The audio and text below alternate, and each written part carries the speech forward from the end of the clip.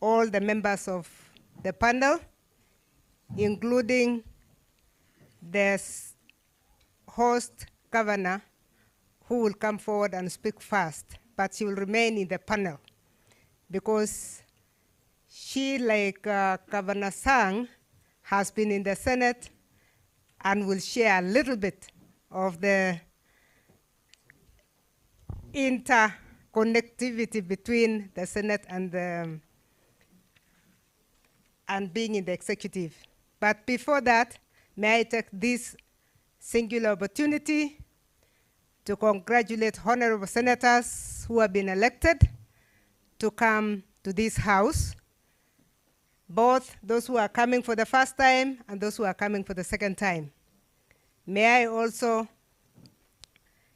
congratulate our speaker, now His Excellency Governor Senator Right Honorable Speaker Amason Kingi, and the deputy and his deputy for the election that was done a few days ago.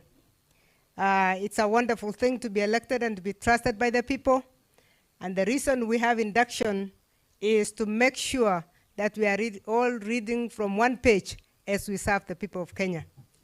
So for those who are here for the first time, we want to encourage you that any induction is a very good induction, as the speaker has said. It is very important to learn the ropes so that you don't only get the challenges of the constituents, but you enjoy the job of being a senator. It is possible to enjoy the job of being a senator, and we really do expect that this induction is going to sway you towards that direction that will make you a very, very effective senator. And the topic before us is, in fact, one that is extremely important. It is a topic on the role of the Senate. It is only important that it becomes the first topic in our session. The role of the Senate, which is anchored in Article 96 of the Constitution. The role of Senate emanates actually from the Constitution itself and goes to the other laws that were created by Parliament to enable the implementation of the roles that have been articulated. It is very easy to read the Article 96 and know that Senate represents the counties and serves to protect the interests of the counties and their governments. But how has that been done? Those are some of the questions that we hope will be answered by the panel that is going to be before us today. That Senate participates in lawmaking functions as a parliament by considering, debating, and approving bills concerning counties. Which one concerns counties and which one doesn't concern counties are questions that we would like the panelists to really delve into and let us know. Because sometimes we have had conflicts between ourselves and the National Assembly out of this thing called the role of the Senate and the mandate of the National Assembly. So those are some of the things that will come. The third role, according to Article 96, is on the Senate, that the Senate determines allocation of national revenue among counties according to Article 217 of the Constitution. How do we do that?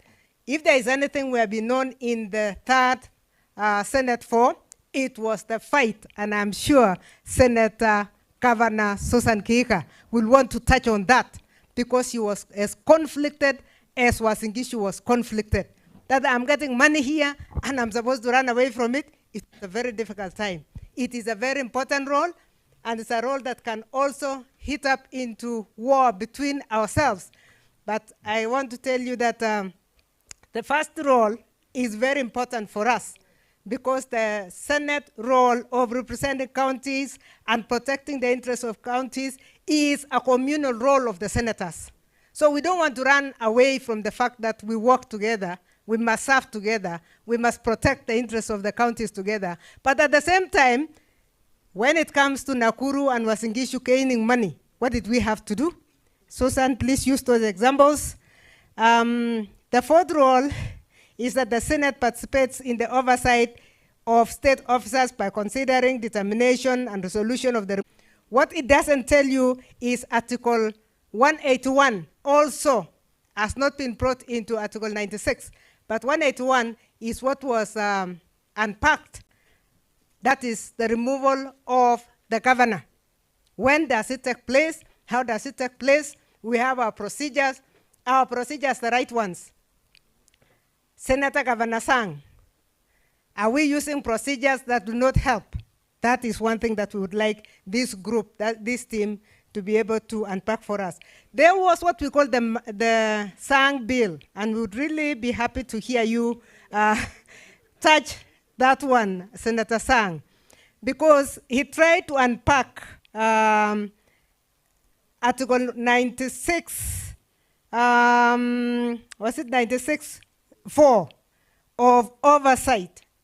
No, 4 goes straight to that, but it's in the interest 2. He tried to unpack 96.2 and came up with a bill that created a lot of problems. Now that you are a second-term governor and final governor, please challenge Susan to go and to accept that now we can have an oversight. And I believe my own governor, Mandago, who is now the senator, will be able to assist us also come up with those issues. How do we deal with oversight as a group? Can we have a team? Of course, we are so fortunate to have a speaker who has finished his terms as a governor. He will be able to oversee this and make sure that oversight is done well. So that is where the topic is going to take us this afternoon. I've crossed from morning to afternoon. And I would therefore like to, I have the pleasure of introducing the members of the panel. I will introduce with Senator Susan Kihika. Her history is very long. Please come, Senator Governor. My goodness, can you clap for her?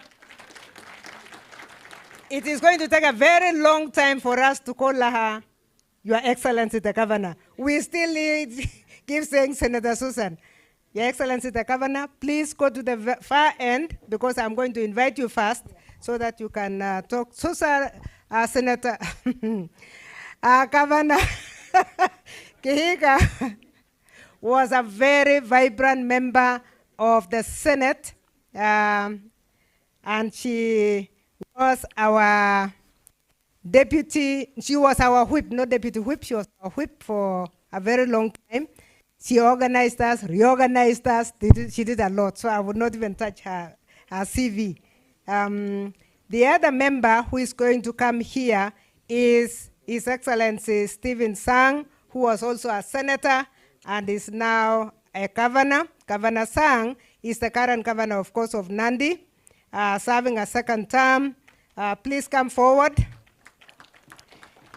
Governor Sang is an advocate of the High Court and a holder of a Bachelor's of Laws degree from the University of Nairobi. Sang is a legal expert with interest and experience in governance, democracy, and devolution. Actually, the first time I met Sang, he was working for us to ensure. Thank you very much, Senator Sang. The other senator I would like to invite to come forward is Senator Fatuma Dulo. Senator Fatuma Dulo is the current senator of Isiolo County, and that is, she has been re-elected for a second term. She was also nominated, so her experience in the Senate is beyond the 10 years experience we are looking for. She is a Bachelor's of Laws and a Master's of Laws from the University of Nairobi. And she's involved in very many committees, very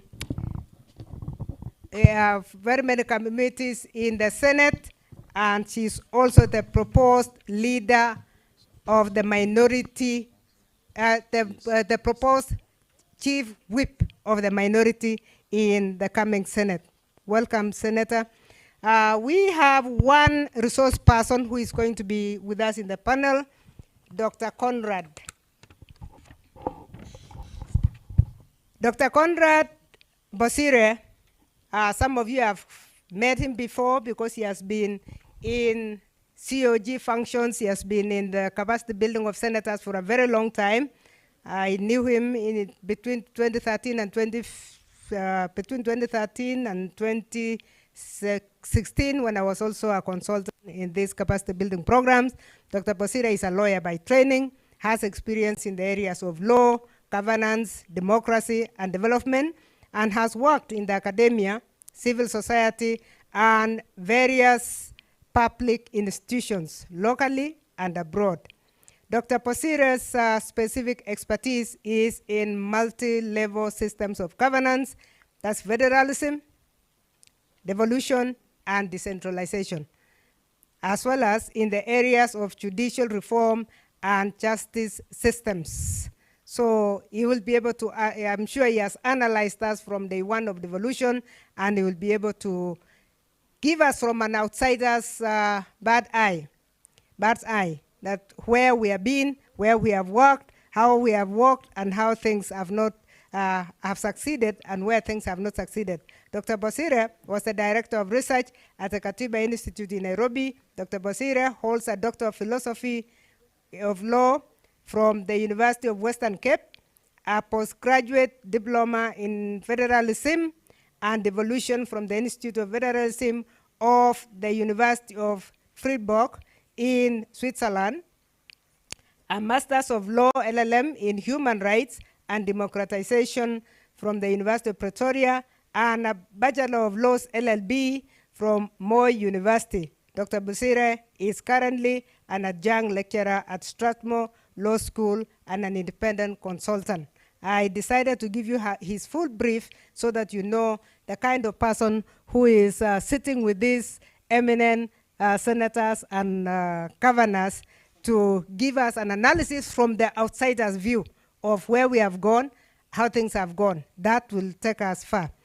Without much ado, therefore, because of time, honorable members, I would like to invite the host governor, Her Excellency Susan Kihika.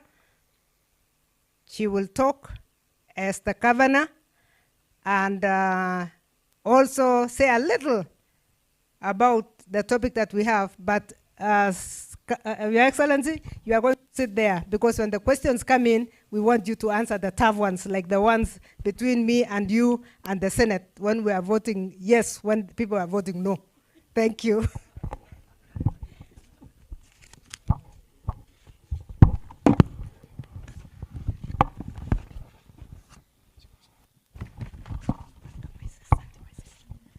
Thank you very much, Professor, my sister Kamar. Yeah, those were interesting times. To the Speaker of the Senate, the Deputy Speaker, my sister, the host Senator, my colleague governors, the clerk, and all the staff, and the honorable senators, good afternoon. Let me first congratulate you all on your election or nomination as senators to the 13th Parliament. I'm aware of the grueling journey you all undertook to be where you are today. Secondly, it is my pleasure and privilege to welcome you to our county of diversity. But you can also call it, or recently it's called Nakuru Girls. And the bedrock of Kenyan politics as well. Not to mention the many investment opportunities lurking in our midst. As the governor, I have the best of plans to make the county the destination of choice for all our visitors, including yourselves and many other people, and the many other people you represent from your counties. Honorable senators, the request to make these opening remarks as you embark on your long 5 years as senators is not only a privilege, but a great honor from the Senate, granted this is my first time to interact with you following my election as the governor. It is even more remarkable, bearing in mind I had the opportunity to serve the county as a senator in the 12th Parliament and County Assembly Speaker at the onset of devolution. For this, I profusely thank the people of Nakuru for the trust and faith in my leadership. Honorable Senators, as you take up your hallowed roles as defenders of devolution and the counties, allow me to share with you my experience in the 12th Parliament in the hope that we can build upon the successes achieved this far and address challenges experienced.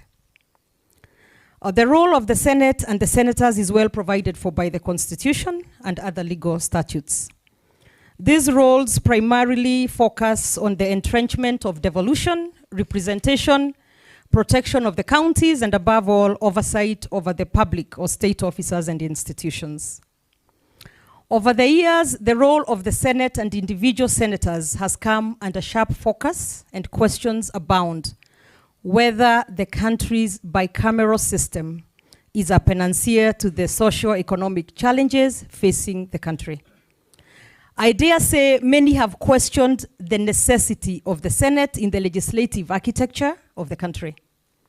There are questions regarding whether the Senate is a true defender of the counties in the national discourse and whether the Senate has lived up to its constitutional calling of representing the counties.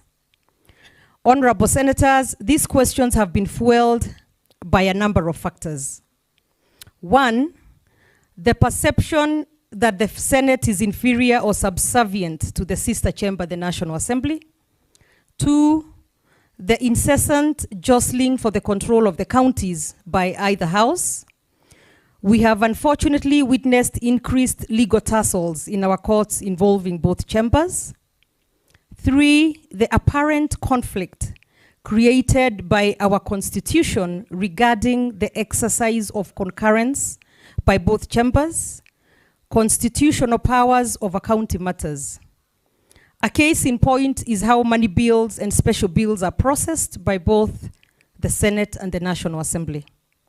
The provisions of Article 109, 113, and 127 are quite instructive. Four, the unresolved flashpoints between county governments and the Senate. Questions abound on whether the Senate is usurping the powers of county governments relating to enactment of laws in line with the fourth schedule.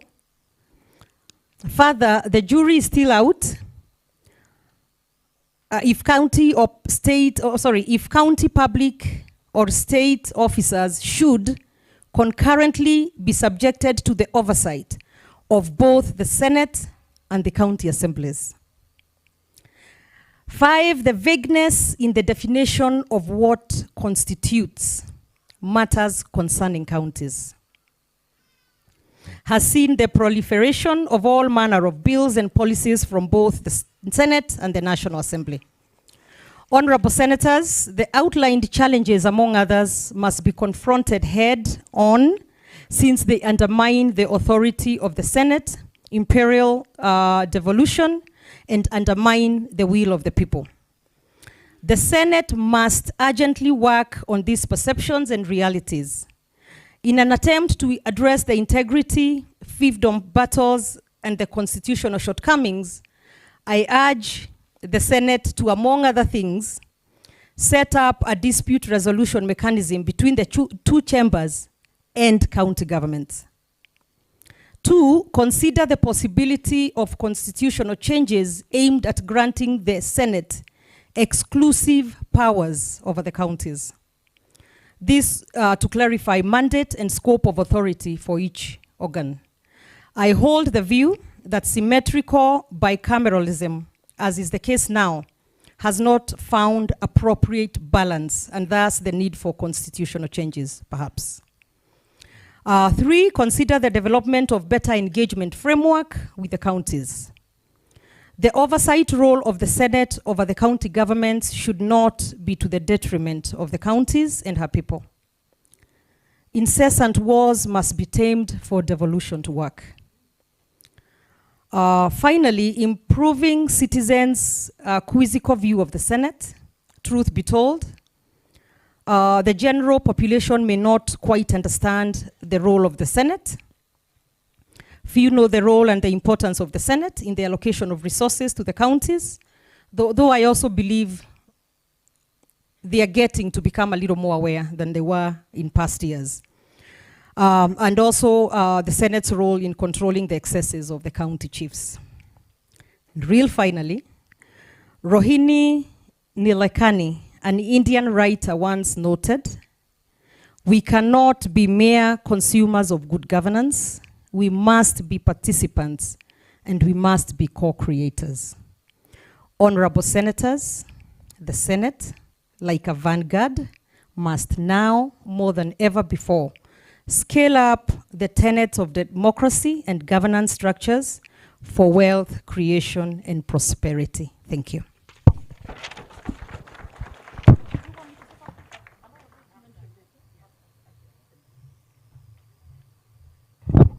Thank you very much, Senator. I think you have opened our eyes to a number of issues, and during this plenary time, we will also allow you to come in. May I now invite Senator Fatuma Dulo, Senator of Isiolo, to come and make her remarks. Thank you, Professor Kamar. Professor was our deputy speaker in the last Senate. Although this time around we didn't have a gender balance, but we'll fight for it in the 5th Senate, God willing. Honorable Speaker, Deputy Speaker, governors who are here. I think I served with Senator Sang in the 11th, I mean 2nd Senate. Susan in the 3rd Senate. Conrad, I was with him in KNCHR. Colleagues, staff, good afternoon. I'll be very brief. Mine is to take you through the journey of the Senate from 2nd to current. I'm serving my 3rd term in the Senate. And this is a calling to those who are nominated. I was nominated in the 1st Senate. So, kazi kwenu. Now, I'll be very brief. And you will bear with me if I take a bit of time, because I wanted to cover at least various experiences that were there. Number one, when we came into the Senate, by the way, we didn't even have chambers. We were taken to KICC at the is it lower ground basement of KICC, where we didn't have microphones, where we didn't have, I mean, you pull the microphone from up so that you can be able to speak. So it's a long journey, but I think we are somewhere, and it wasn't easy. It's a big fight. Now, mine is to take you through the journey to strengthen devolution from the Senate, 2nd Senate, on establishing devolution structure specifically. One is that we tried as the 1st Senate to come up with a framework and to build capacity of the county government and also the Senate, because it was new. Number two, implementation of the transfer of functions. There was a lot of problems. Despite the Constitution and other legislations being very clear, the national government then was holding back some of the functions. So the 1st Senate was actually fighting on that until we managed transfer of most of the function. I remember in health, they were releasing all the functions, but they were holding back something to do with the standard. I remember one of our colleagues, I can't remember it, had to bring a motion on the floor of the House to make sure that standard has also moved back to the county government. Then unbounding of county government functions, including interacting extensively with the now defunct Transitional Authority. Transitional Authority has done a lot of work then to make sure that the counties were able to run. But with the help of the Senate then, we had to intervene to make sure that things are done properly. Again, bringing attention to the current functions and duplication of roles under the 4th schedule of the Constitution. There were kind of duplication roles, both at the national level and also at the county level. So most of that were done by the 2nd Senate.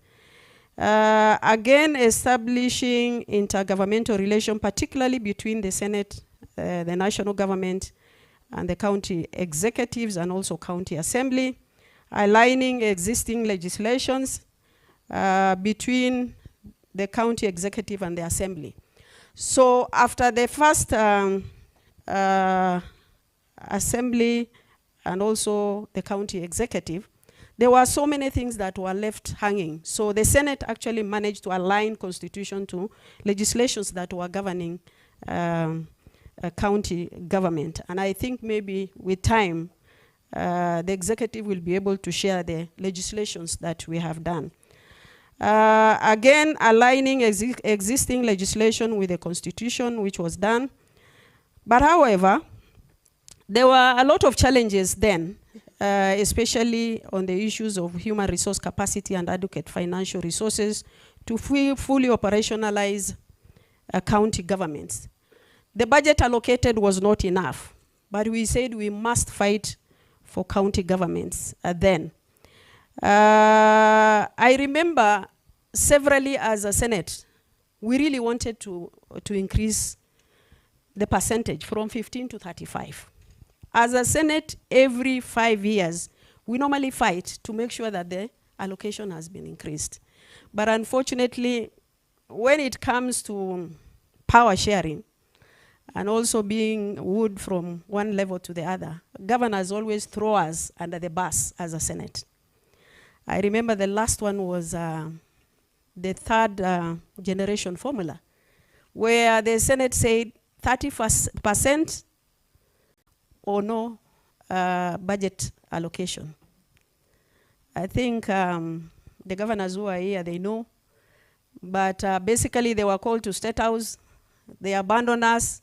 We had to fight with the executive.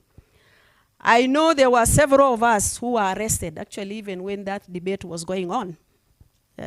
Somebody like Senator Legwe, I don't know whether he's here, Malala, and the rest, simply in protection of devolution.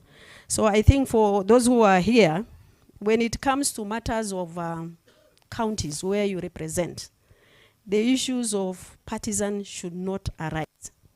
You can sing about parties and all that, but with time, mutasahau. Now again, resistance by national government agencies unwilling to transfer certain functions and resources to the counties, delays in transfer of funds to the counties. Mostly you will find that there is a delay in transfer of the funds because of the debate from National Assembly to the Senate. Accountability by the county government. And I think that is where there was a challenge, and that is where Senator Governor Sang brought in his bill, the famous Sang bill. Because as a Senate, we were actually in darkness. We don't know what is allocated and what the governors are doing. And at the end of the day, senators are being told you must oversight. So we tried actually with him to see how we can bring in the county, was it the County Development Board Act, although it was thrown through the window by the courts. Concurrent function and duplication of roles by the 2 levels of government. And I think these we have experienced, and as I've said earlier, national governments wanted to hold on to some responsibilities. Now, on the role of the Senate regarding division of revenue bill, by the way, in as much as Article 93, 94, 96 are very clear on the role of the senators, we had faced a lot of challenges between ourselves and National Assembly when Article 93 is very clear.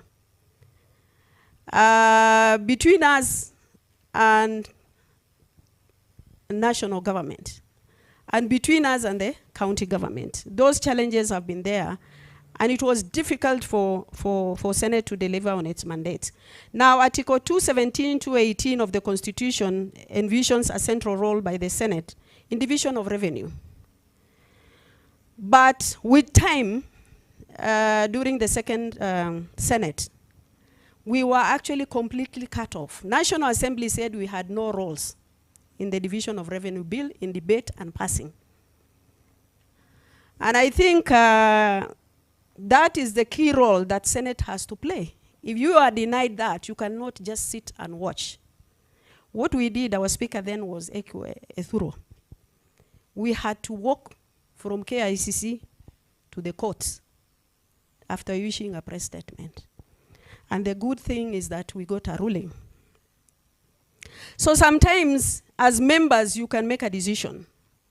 But the challenge is that the speaker has to be the head of the institution. And normally we face challenges when the speaker is a bit shaky in taking leadership role. I remember when we had issues on the bills that were passed by the National Assembly, the 28 bills without concurrence of the Senate. Me and Susan, we had to cause a drama in the lounge when the speaker said, me, I can't walk to the High Court. We said, you will be impeached, Mr. Speaker. You are either bringing yourself here to work with us all the way from Parliament to Milimani. So these positions, sometimes they are very sweet, Mr. Speaker, sir. But sometimes you have bullets to bite. So lazima ujitayarishe. And I remember we went to Speaker Lusaka to State House for signing of some bills. Tulisomewa kusomewa. Nyinyi ni nani munanipeleka kotini? Yeah? So there are certain things you will be forced to do, sometimes in the interest of devolution, in the interest of the House. So I'm just warning you. I'm sure things might come up with time. So fortunately, we were able to get a ruling where Senate was able to debate on the division of revenue bill and also passing. So that is a plus for the second Senate. Now, similarly, there is still ongoing debate on the proper role of the Senate in the budget-making process, the initiation of money bills, and the approval of the nominees for the appointment of state officers. I remember very well, in the second Senate, we did a lot of work on Prisons Act. And we brought actually a motion on the floor of the House. We were given a select committee to look at Prisons Act up to date. And I think it was 1972, if I'm not wrong. Maybe Dr. Okello can tell us when it was amended. From 1972 to date, Prisons Act has not been amended. So since I had experience from KNCHR, I said I should spearhead to see how we can amend that act. Unfortunately, after Senate has allocated money, we did a lot of work. We went to several countries to share experience. We were told, this is a money bill. You can't proceed. So, this is an issue that we will have to grapple with. You will develop an interest as a member. You want to amend this, you want to amend that. But National Assembly, they always have issues with certain legislations that Senate has an interest. And I think those who are here from National Assembly now, tunavaa viatu moja, you will feel what we used to feel. It's really very unfortunate. So those are the challenges we are still facing, and the fourth Senate should be able to deal with those money issues. And again, the relationship between the Speaker of both houses. We had a lot of problems in the second Senate because there was a frosty relationship between the two speakers. And that is why most of the things didn't pass. Appointment of the state officers. We had to fight actually to come on board to interview G. And I remember then it was it Boynet? Yes, Boynet.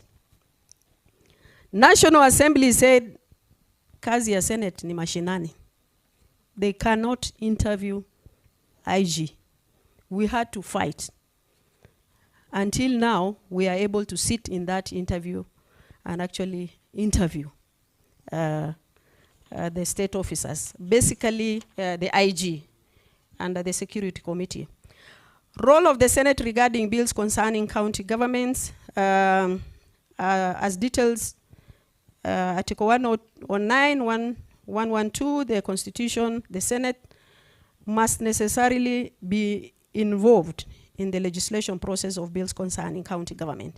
Sometimes they will do their own things, like the 28 legislations.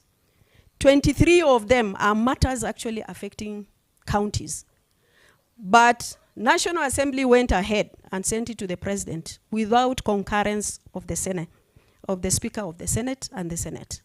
And I think that is where our speakers are supposed to be vigilant, and also the executive, to make sure that National Assembly, they don't pass things that are supposed to come to the Senate. We have actually an appeal in the High Court where the 23 were nullified. 5 are still, is it at the Supreme Court or Court of Appeal, Dr. Okello? Supreme Court.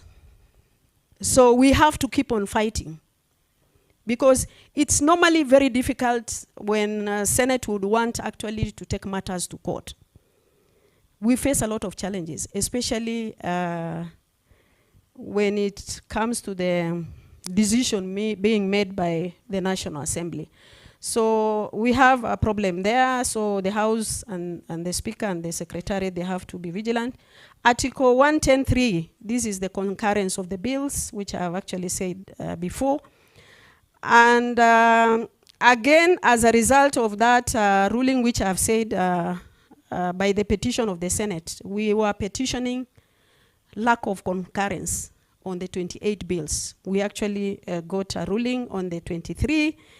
Those were actually expended because they are yearly legislations. But the 5 remaining, they are still in court. Then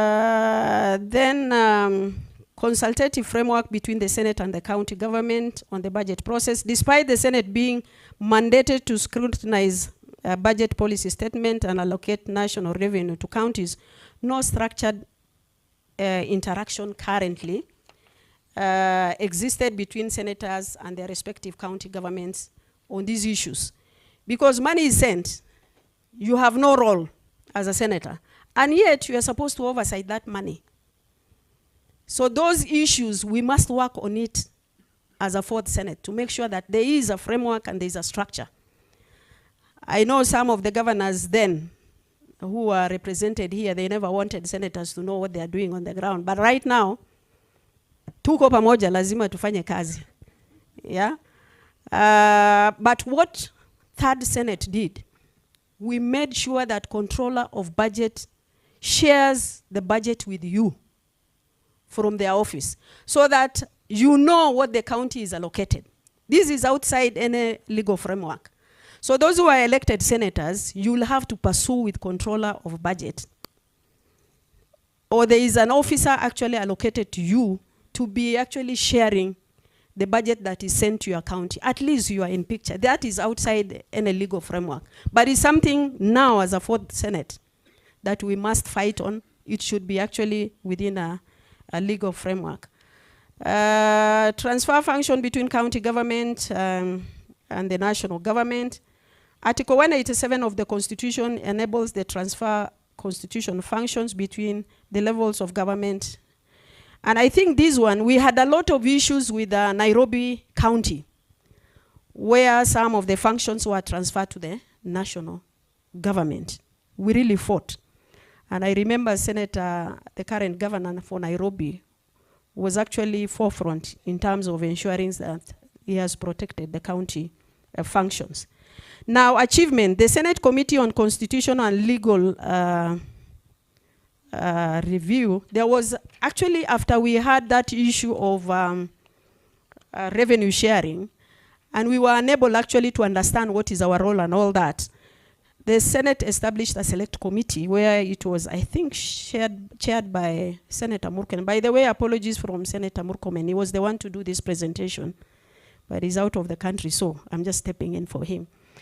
So I think it was Senator Murkomen and Mutula who were the chair and the vice chair. Then the issues came up that came up out of that select committee was lack of clarity on the shared spatial specific role of both houses. Lack of clarity on the meaning of the bill concerning county government, while also noting that all matters concerning counties, the legislative matters of the Senate with respect to money bills, which I have actually indicated. I remember very well, I don't know where that bill has been assented to. The National Assembly tried even to remove Senate from looking at international obligations. And you know most of those international obligations, some of them are matters governing county government. So we had to fight to make sure to reinstate it. And I think maybe, Dr. Okello, are you here? So, yes, have we reinstated that position? Oh, it's in progress. So you can imagine having removed from looking at international obligations. You are useless. Because those matters, majority of them, and most of them are actually matters affecting county government. County governments. Then the other matter is the role of the Senate in the budget making process, limited role of the Senate and approval of nominees for the appointment of the state officers. And I think this is a matter we need to look at also. Because I don't know how we are going to handle it, but it's a matter that we need to discuss and have a way forward on it. Lack of constitutional provision to Senate leadership. While National Assembly leadership is detailed under Article 108 of the Constitution, so the mention of the leadership of the Senate is nowhere in legislation. So ni ukarabati tunafanya. So I think this is something also we need to fight for.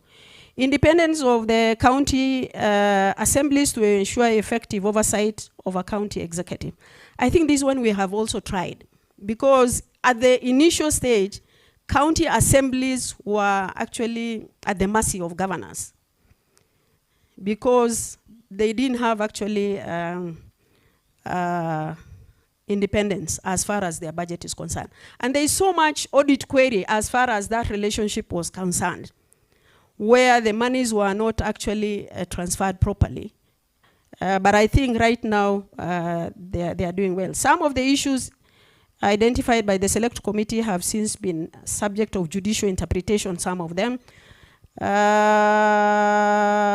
Bills concerning county government, and I think I have said that. Increased allocation of resources, which we have talked about it. Enhancing independence and capacity of the assemblies. I think I have tried. And at the Senate level, we have a liaison office where we said the county assemblies should come for training for a week or for the number of weeks they want. Then PAC has also a structure where they have a training institution where they can be able to send their staff. We have forums of devolution conference between ourselves and the governors and other relevant institutions. The legislative summits, which actually gives us a lot of interaction as far as the issues are concerned. Again, in the third Senate, we tried Senate Mashinani. And we had Senate Mashinani in Wasingishu and also in Kitui, where we felt we need to move from the national level. And actually, people really appreciated that arrangement. And I remember it really profiled the Senate. And we tried to solve a lot of issues that were pending, be it audit issues, be it matters affecting communities within those counties. And I think maybe this Senate, Mr. Speaker, sir, maybe you will be able to do something about it so that we can work in other counties that we have not actually reached out to. Then during COVID, we were able actually to continue with our debate through virtual meetings, hybrid. Those who are able to come, they were able to come, and those who are unable, they were also allowed to contribute through virtual.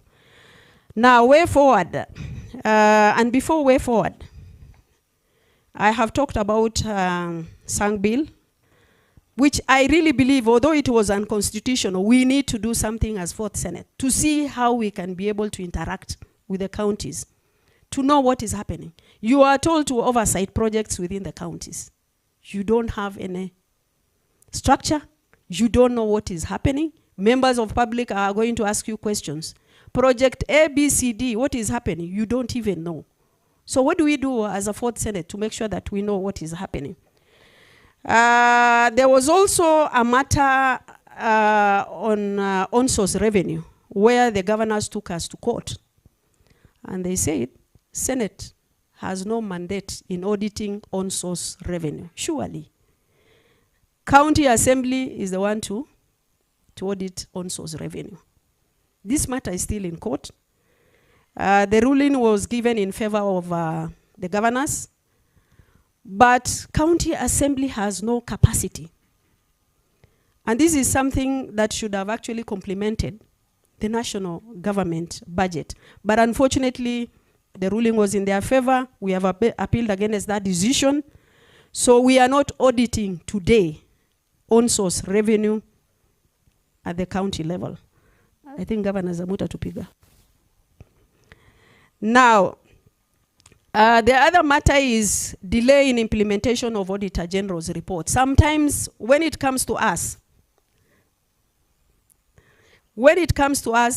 Auditor General's report, we do make recommendations. But sometimes you will see that it's not implemented. So this is also something we need to see how we can be able to make sure that we have delivered on our mandates. Because Public Accounts Committee will look at audit queries, make recommendations. At the end of the day, it's not implemented. So something needs to be done. Then PSC.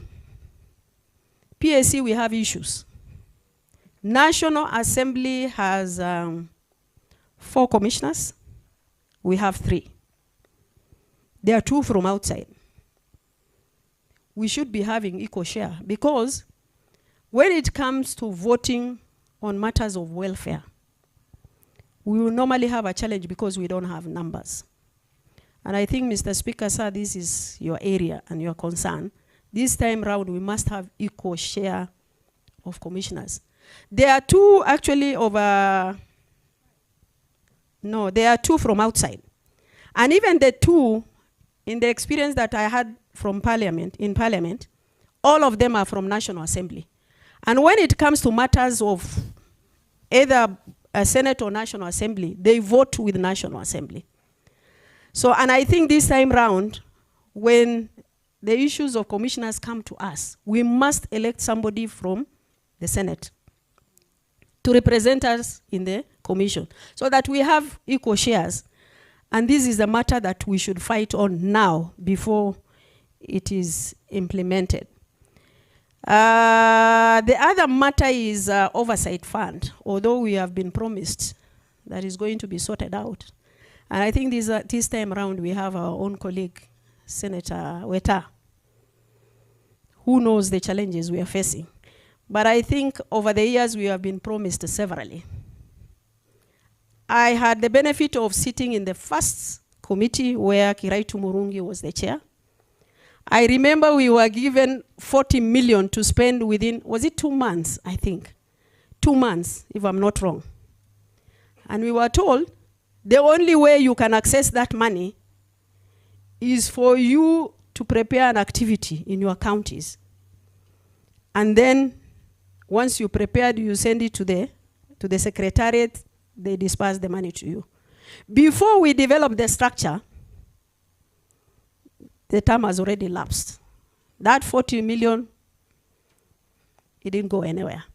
The second Senate, actually the Senate nominated me to be the chair of the Oversight Fund. I honorably agreed to chair the committee. We went through so many processes. We have been to State House thrice or twice. We have been promised the money will be given to you. We went even to State House in Mombasa. I remember the current president took us to Mombasa to negotiate on that. And the president was categorical. He said, Senate, you must give them their money. CDF is illegal, NGAF is illegal, let also oversight fund be illegal. And he called Rotich then in Mombasa. We were told on Monday we must have a meeting in the speaker's office. We went for a meeting. Rotich was there. I think the clerk was there. The leadership of both houses were there. We discussed. And we were told, since this is not a development fund, we must come up with a regulation. Initially, we developed a legislation. It was thrown out. We were told it's not a development fund. Then we were told to develop regulations. We developed regulations. Yeah? And in all those meetings, National Assembly leadership and the political leadership, they were all saying, tutawapatia pesa hamna shida.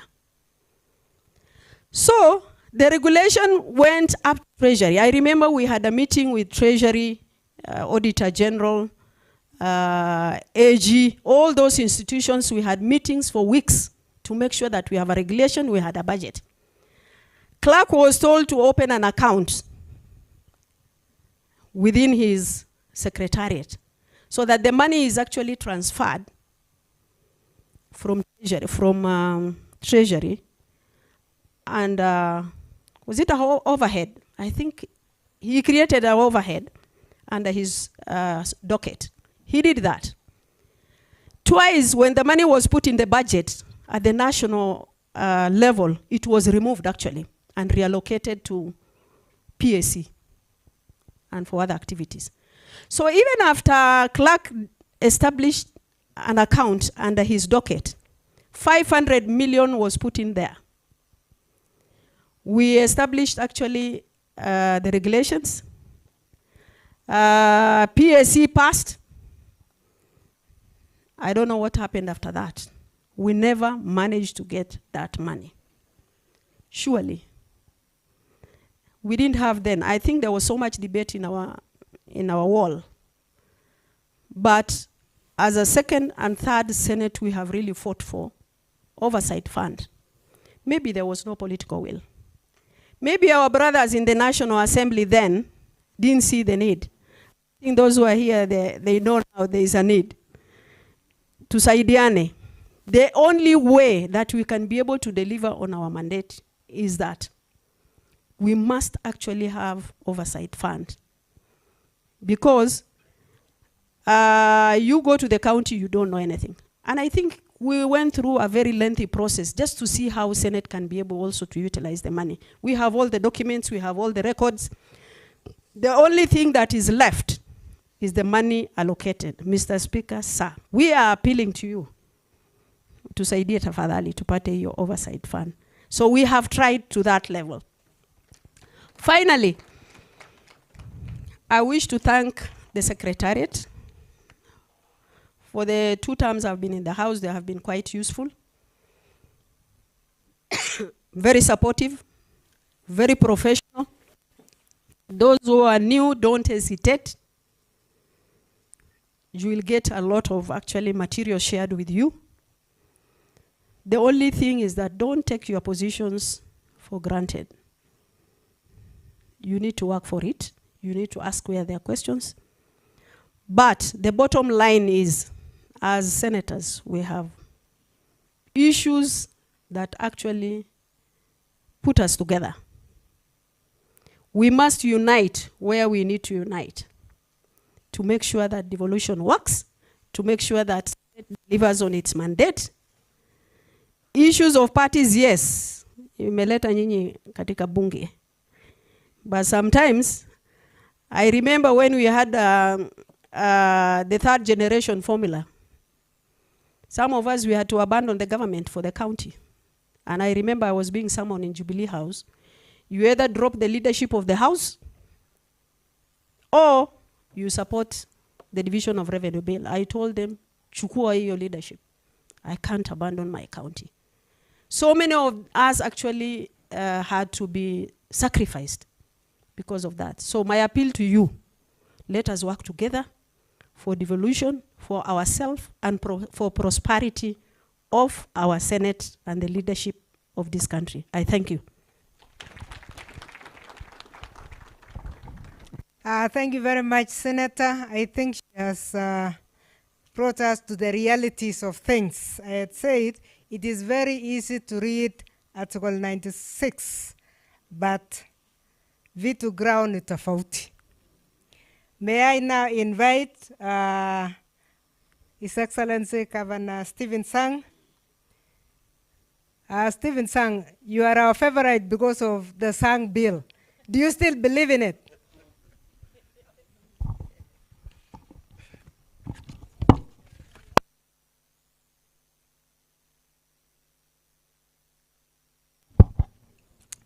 Thank you, Senator Kamar. Right Honorable Governor Senator Amason Kingi, the Speaker of the Senate, the Deputy Speaker, all the senators present, I want to take this opportunity to congratulate all of you on your election back to the Senate for those who are coming and the new ones into the Senate. I want to congratulate you and particularly single out two of my colleagues, Senator Governor Roba and Senator Governor Mandago. We served in the COG together. I can assure the Senate that you will have very interesting contributions from those two gentlemen. It will enrich the discussions in the Senate, particularly around accountability and how with the COG views a number of those issues. I want to say that as a discussant, I will just address a few points and then be available for discussion on issues that will come from the floor. When I was requested to come, particularly the focus was on the lessons learned and to examine the expectations moving forward for the Senate. And I think I want to congratulate and thank Senator Fatuma Dulu for that chronological presentation of the journey. And I think she has been very accurate. I was there in the second Senate, and quite a number of the struggles we went through, she has been able to capture. Since our role as the Senate are broadly into four thematic areas, one being the legislative role of the Senate. Fatuma Dula has mentioned, Senator has mentioned a number of those challenges in terms of Article 110. And if you look at the role of Senate, the legislative role of Senate, at the center of that discussion is Article 110. And I think this is one, if we are able to address this particular challenge on Article 110, we should be home and dry with regard to safeguarding the mandate of the Senate with regard to legislation. If you look at that law or that article, it is as clear as day and night. Very clear. Matters affecting counties.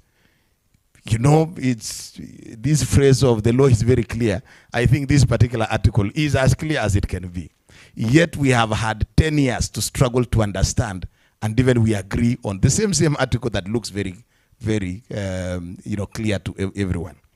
We hope that Senator Speaker Kingi and our very own, if there was somebody who understood Article 110, made long presentations. I'd like to raise 6 points which cut across all the issues which have been mentioned, maybe for your reflection as you begin the fourth term of the Senate. And just to add on the voice and the issues which have been raised here, I think Senate being a new part of Parliament, back then, not now, in 2010 to 2013, and especially 2013, when the new senators came in, they started from a very high threshold. First, we got very senior legislators who have served all through the terms, most of them. And at that time, it was mentioned here, you actually gave the Supreme Court its status through the first petition that was taken there on the division of revenue bill. And since then, we are on the fourth term. I think what also has happened very nicely is that there has been what I call cross-pollination of leadership across the institution. So now we have a two-term governor who is the head of the Senate. We have a two-term senator who is the Speaker of the National Assembly. And I believe those kind of happenings lay ground for proper discussions, interactions, constitutional dialogues, and understanding of perspectives from all sides. And I believe that we are fertile with progress as we go ahead. So, to my 6 quick points, and as I said, I'll have a substantive presentation tomorrow. The first one, I was involved in analysis of the effectiveness of the Senate and the Senate Committee on Devolution in terms of its objectives and all that. I won't go into the findings because that is work in progress, but I realized, and now it's an opportune moment, that please pay keen attention to constitution of committees. Not only the numbers, but also the membership and leaderships of those committees, with an agreed strategy of making the Senate very effective. And look at all those levels in the constitution of the Senate. The Senate does not have a limited legislative role. I don't call it that. The Senate has a unique role. It's defined for a very wide function. And actually, that is why we are talking here about expanding the space of the Senate. So, tutoring the structures, the committees, and the work of the plenary towards that unique and identified space and niche within the constitutional space is quite important. Now, the second point is, of course, the administration and the secretariat have done wonderful work in facilitating the work of the House. But a further streamlining of this to ensure support to the Senate wholly, the membership, will really assist. I want to mention 3 examples here. One is, for instance, the work of stakeholder engagement and consultation. Of course, the Senate does that through the committees when a bill is passed to the committees. But deeper interrogation of issues, intergovernmental relations, what the Constitution wants, actually requires further facilitation beyond the morning of meeting at one of the halls in the county, in the Senate. And this is sustained partnership engagements. Of course, because of the nature of the work of individual senators, they may not manage to do this on a day-to-day basis, but can rely on a very able team in the Secretariat to prepare ground for proper stakeholder engagement. The other thing is, for instance, we looked at a bit how the Senate has engaged with the stakeholders, and the feedback is that there's need for improvement. We have the same attendees in these committee sessions and views taken on board, but it needs to be broadened. And as I said, if you streamline the teams further at the Secretariat and the administration to assist the House carry out its role of stakeholder consultation, among other things that the teams can do. This leads me to another important third point, and that is capacity development. And here, I mean capacity development of members of the Senate, as well as the Secretariat and the teams which are assisting committees and the entire administration of the Senate. And I want to give a very broad recommendation after going through some of the background of this, is that we try as much as possible to link the current needs of the members to the capacity development processes and activities that roll out.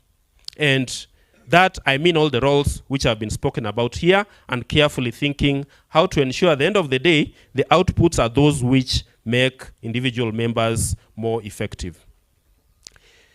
My fourth point is on the issue of oversight. I know that we've concentrated a bit on how to play the oversight at the county level, but I want to add one major sub-point on that, is that Senate is part of the national parliament. Senate is part of the national parliament.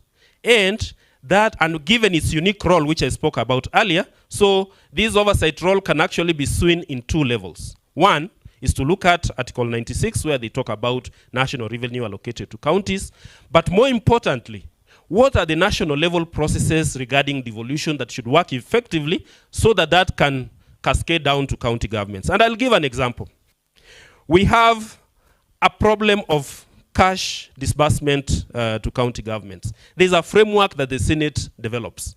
How much does the Senate engage National Treasury on a regular basis? Because it's easier for the Senate to do that than for the 7 governors to each visit the National Treasury and argue for their own. If the Senate can actually carry that out on behalf of county governments, and of course then county governors can follow up on the other residual issues which are not addressed at that collective level. That is one thing to reflect about. I also looked at the Ministry of Devolution. I mean, if you look at the functions that ministry is supposed to perform, they are very critical. But the effectiveness of it, if you look on the ground, there are very many issues that can be fixed. So one of the things that we asked in this analysis I'm talking about is how regularly do the relevant committees of the Senate engage with the Ministry of Devolution at the national level. The ministries are being, we'll see the lineup of the new cabinet, but I'm sure they'll be somewhere. But institutions with that mandate need to have regular meetings with the Senate and its relevant committees in order to generate that agenda for the Senate at that level. So the oversight at the national level is quite important. Of course, with the county assembly, with the county level as well. But on these county assemblies, I agree with what has been agreed, with what has been discussed with my previous speakers. But also, what we need to reflect on is how to continuously build the capacity of county assemblies. If county assemblies can develop some form of capacity over the years, then the need to intervene in county assembly oversight, I believe, will diminish with time. And we need to think about that strategy as we go on. Now, on to the legislative role that the Senate plays. I think around 60 to 70, 75% of the issues which have been mentioned by the previous speakers here can actually be addressed if the Senate develops a strategy through its calendar to develop the needed, and I spoke earlier about stakeholder engagements. So have a program of channeling these views, and these views find their way into proposed laws of the Senate. I can mention, for example, if we have identified 1-2 major issues affecting oversight at the county level, it's possible to propose amendments to the Public Finance Management Act and fix that, including how to facilitate the county assemblies. One other thing, for instance, the Ministry of Devolution, we know, has a substantive role to play in terms of capacity development of county governments. The Senate, I think, needs to be on top of this and see how that is structured and how the funds are expended there. Do they lead to the outcomes that we need? Why is it that we have such a huge capacity deficit in the county assemblies? And this will actually reduce the need to look at very fragmented issues. For instance, what Governor Sang mentioned, looking at the receipts of the governor's car that was washed. Those, I think, should be done at the county level. And on that point, I think it's important to again reflect deeper on county assembly oversight. And my suggestion is, if you try to audit all the issues in all the 47 county assemblies, we will not have time to do that. By the nature of its mandate, the membership of the Senate is actually quite limited, but for a good purpose, as we said, it is a unique role. And maybe what to do going forward is to find a way of engaging with offices like the Auditor General's office so that we have systemic and recurring issues that require national legislative intervention and national oversight. And that means that you identify recurring themes, a general and high-level review of county assembly audit reports, and the county executive identify themes those that require oversight at the national level and those that require national frameworks. And of course, those notorious issues, I think you are not limited by any law to look at if especially they concern a particular county. So that was on my 5th point, that we think critically on the legislative plan, and then we allow stakeholder consultation, especially from the institutions and persons affected by those laws, to ventilate views and all that. And I know and understand the kind of competition that has been between the two chambers.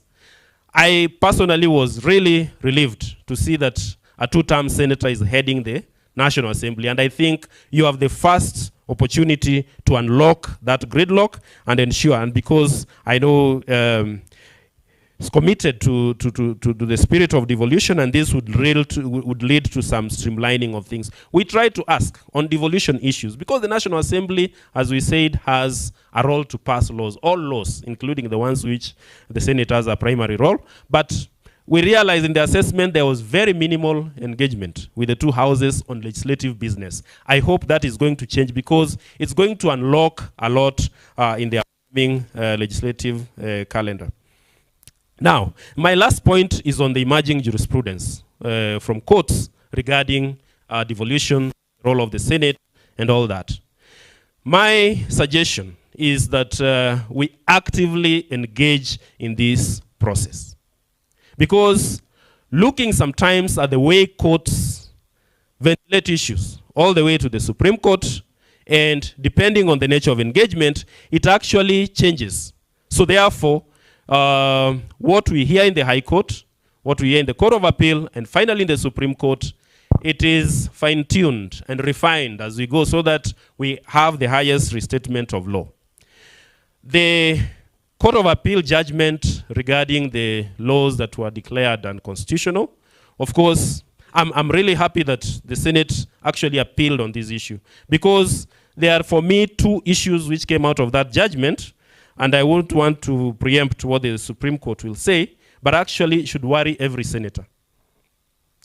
One, the Court of Appeal said a money bill is excluded from the National Assembly. Not just that it originates. If you look at the judgment, it says that National Assembly should move with money bills. And now money bills deal with money. So tell me how many laws which are important that do not deal with how we expend public finances. And I believe that is a point that should be strongly litigated, and we establish a law to say that actually if you deny one chamber of parliament a role in any money bill, you are severely limiting that role. And it's good that that is going on.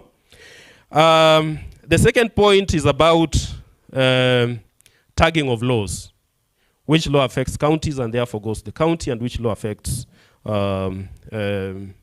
which does not affect and therefore debated and passed by the National Assembly. That also, the Court of Appeal went through a very deep interrogation of the issue and concluded that sometimes there doesn't have to be that consultation between the two speakers of the chambers. I believe that is also an issue that will be ventilated on. The Supreme Court, in the 2013 petition that the Senate took to court, actually made very important restatements, and we hope this is an opportunity to discuss that. Because at the end of it all, the decision that a law does not affect counties is actually a decision of Parliament.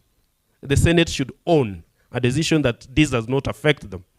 And we hope that process will be ventilated. So I wanted to make those 6 points from the discussions coming here, but I'll have a more substantive opportunity tomorrow to make a presentation on the issue of intergovernmental relations. Thank you very much.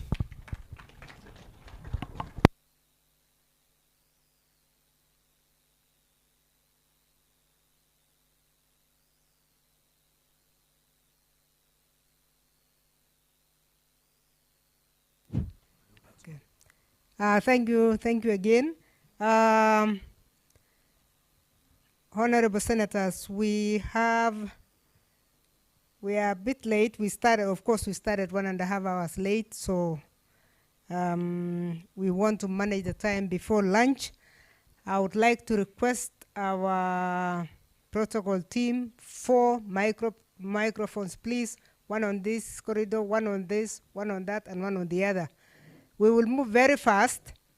I will take questions only once, and the panelists will take notes, because I will give them, each one of them, 3 minutes to answer and to make their last statement. So I would really like to spend this time, I'm hoping we can finish within half an hour. We are done. So I will take the first one is Senator Mungatana Kinyua, and then right at the front here. Yes, I can see Senator Nyonga. Wow, then I'll come this side. Thank you, Chair. I wanted to bring up a bit of the history and then make a quick question to one of the panelists. All in 1 minute. All in 1 minute. Thank you. We were in Naivasha trying to create the new constitution. And then we said that we were going to have 9 regions, 9 governors. 9 governors, we said they'll be too powerful, they'll be demigods. Then we said we'll have 18 regions. They said they'll still be too powerful. Then we said let's go to the old districts, which would be 47. Then they'll be too small, the governors. So let us create senators to protect them so that it is not the way the first president killed the devolution. So that's how we created the senators for the second time. And then when we brought them to agree what roles they were going to play, we said that we were the National Assembly. We said we don't want to create a house that is stronger than us. That's where the problem began. We said we did not want a house that has powers more than us. And that's when we said we will create a house like the one in Canada. We will create a house like the one in South Africa. In South Africa, it was the House of Tribes. In Canada, the House of Lords, the MPs who are elected, let's say from Nakuru here, they sit down and they nominate someone. So you are thinking of like in Nyeri, the MPs would nominate Professor Wangari Maathai. We even had the names. In Nakuru, they would nominate some, champions in Rift Valley, like the runners. And we were thinking they would meet only once in a year. So that only when there are big issues to advise the president shall we need the sitting. The Council of the Committee of Experts changed all this. They brought in an elected senator, and then they could not allocate duties to them, enough duties. But still the attitude that was there in National Assembly was that this is a house of all people. And it's not supposed to take away our legislative functions. So this is the history, and I would say more, but limited time. This is the history. Prof, I wanted to say one question. A suggestion, actually. Maybe I liked the presentation by Governor Sang. If, and I'm sending this to you, in terms of the oversight fund, would it make sense, and Senator Dula as well, instead of us fighting to get a big sum, why don't we target certain things? Look, we want to do oversight over roads, over building constructions, over procurement. We don't have the capacity because some of us are not trained in those areas of specialty. Why don't we say we are creating a fund that will be allocating this amount of money for the senators so that if they wish, they can recruit a procurement expert to give them an opinion that will be able to criticize or advise when there is a problem. We can recruit a professional engineer to tell us about the houses, if they are being done badly, or the roads, so that we are specific at what we are doing. And then maybe with that, we then say, let us have this amount of money per year. So that when we are talking to the people, they listen to us. And then, why should MPs have offices? Why should governors have offices?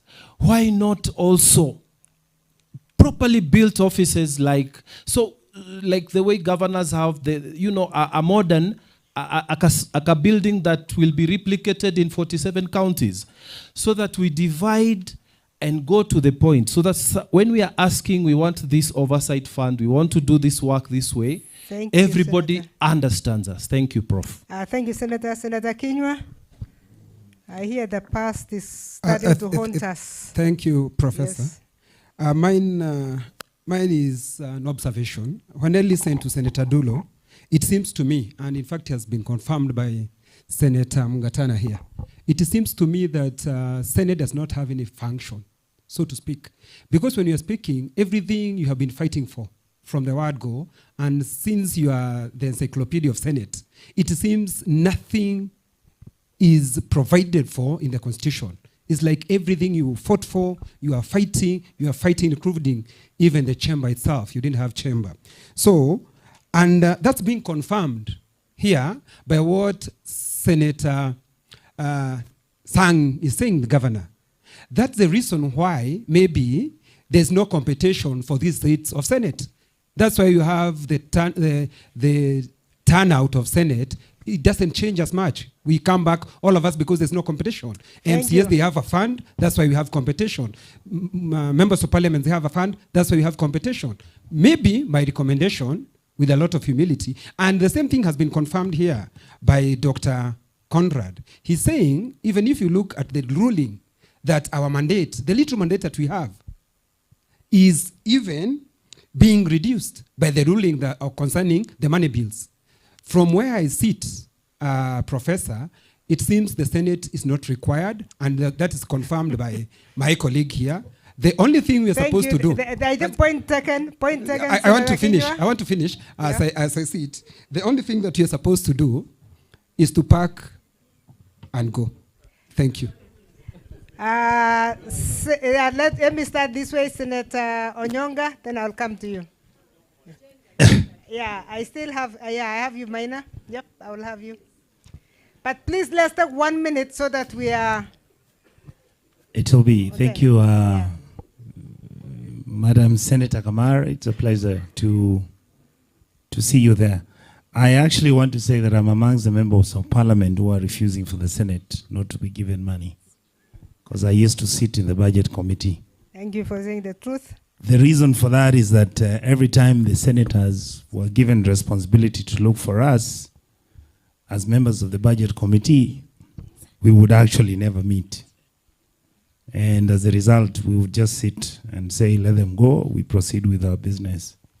So I wanted to ask first question, Madam, I think the members who are here.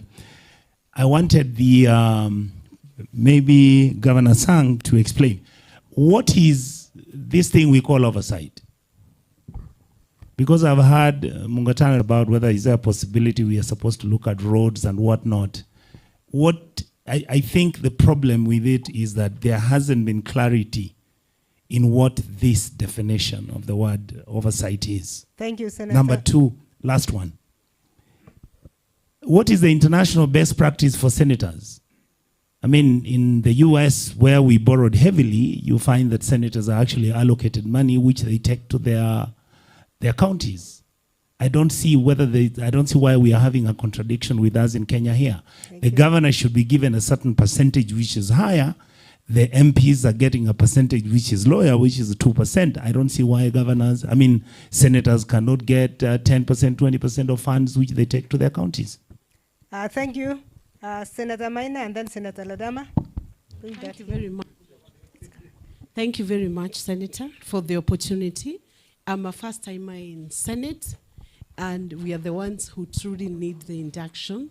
So thank you very much to all the speakers who have given us a lot of tips on our starting point in Senate. My question is this. First, resources must follow function. Have you defined, has Senate defined its function? I know the function is very well defined in the Constitution. And based on the provisions that are available in the Constitution, we are then able to disaggregate and clearly map out what is that function of the Senate. Next issue is whether that function is important. If we are talking about that oversight function, is it an important function? In my view, it's a very important function because Kenyans are not fully satisfied with how the devolved funds have been utilized by the county government.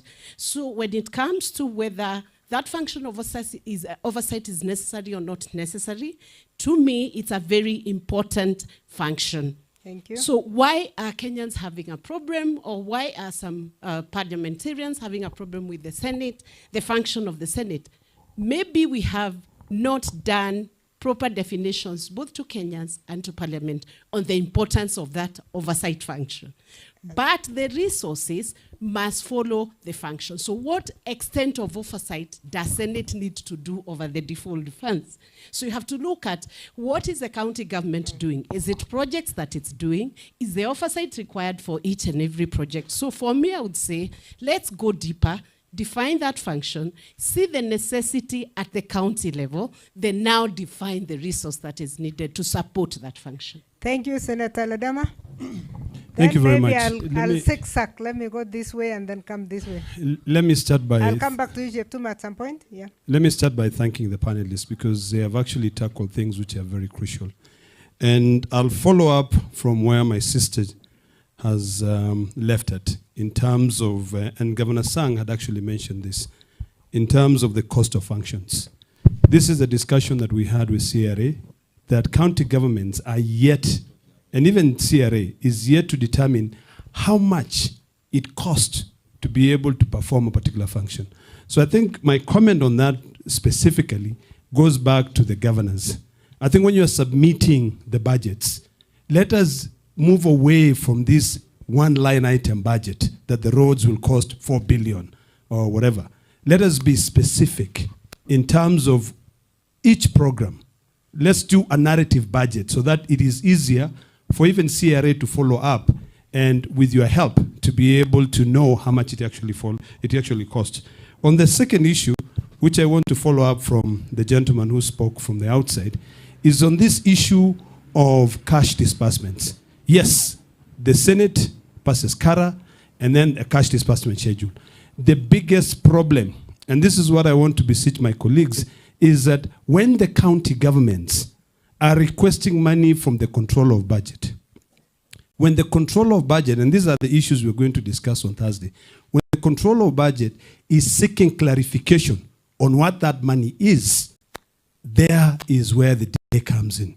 So it is not that the controller of budget does not release money. It is a problem with the county government. So I want to ask, is it possible that when you are, as an officer who is in the county, sending us information on the budget, is it possible for you to be able to give a narrative of the money and submit that directly to the control of budget? And finally, this has got to go to the issue of oversight, which we have all been conversing on here. You remember that in the last Senate, we passed my bill, which is a county government accountability bill. It is my hope that this time around, the clerk who is here can republish that bill so that we can look for a co-sponsor in the National Assembly, because then that will be able to assist us, demystify the budget-making process, include the assemblies, and then we can be able to sort out this issue of on-source revenue. Because finally, and this is finally completely, on the issue that Senator Sang spoke about, the reason why we were so diligent in making sure that we follow everything is because the county assemblies were compromised. They were not able, first of all, a governor will not appear before a county assembly.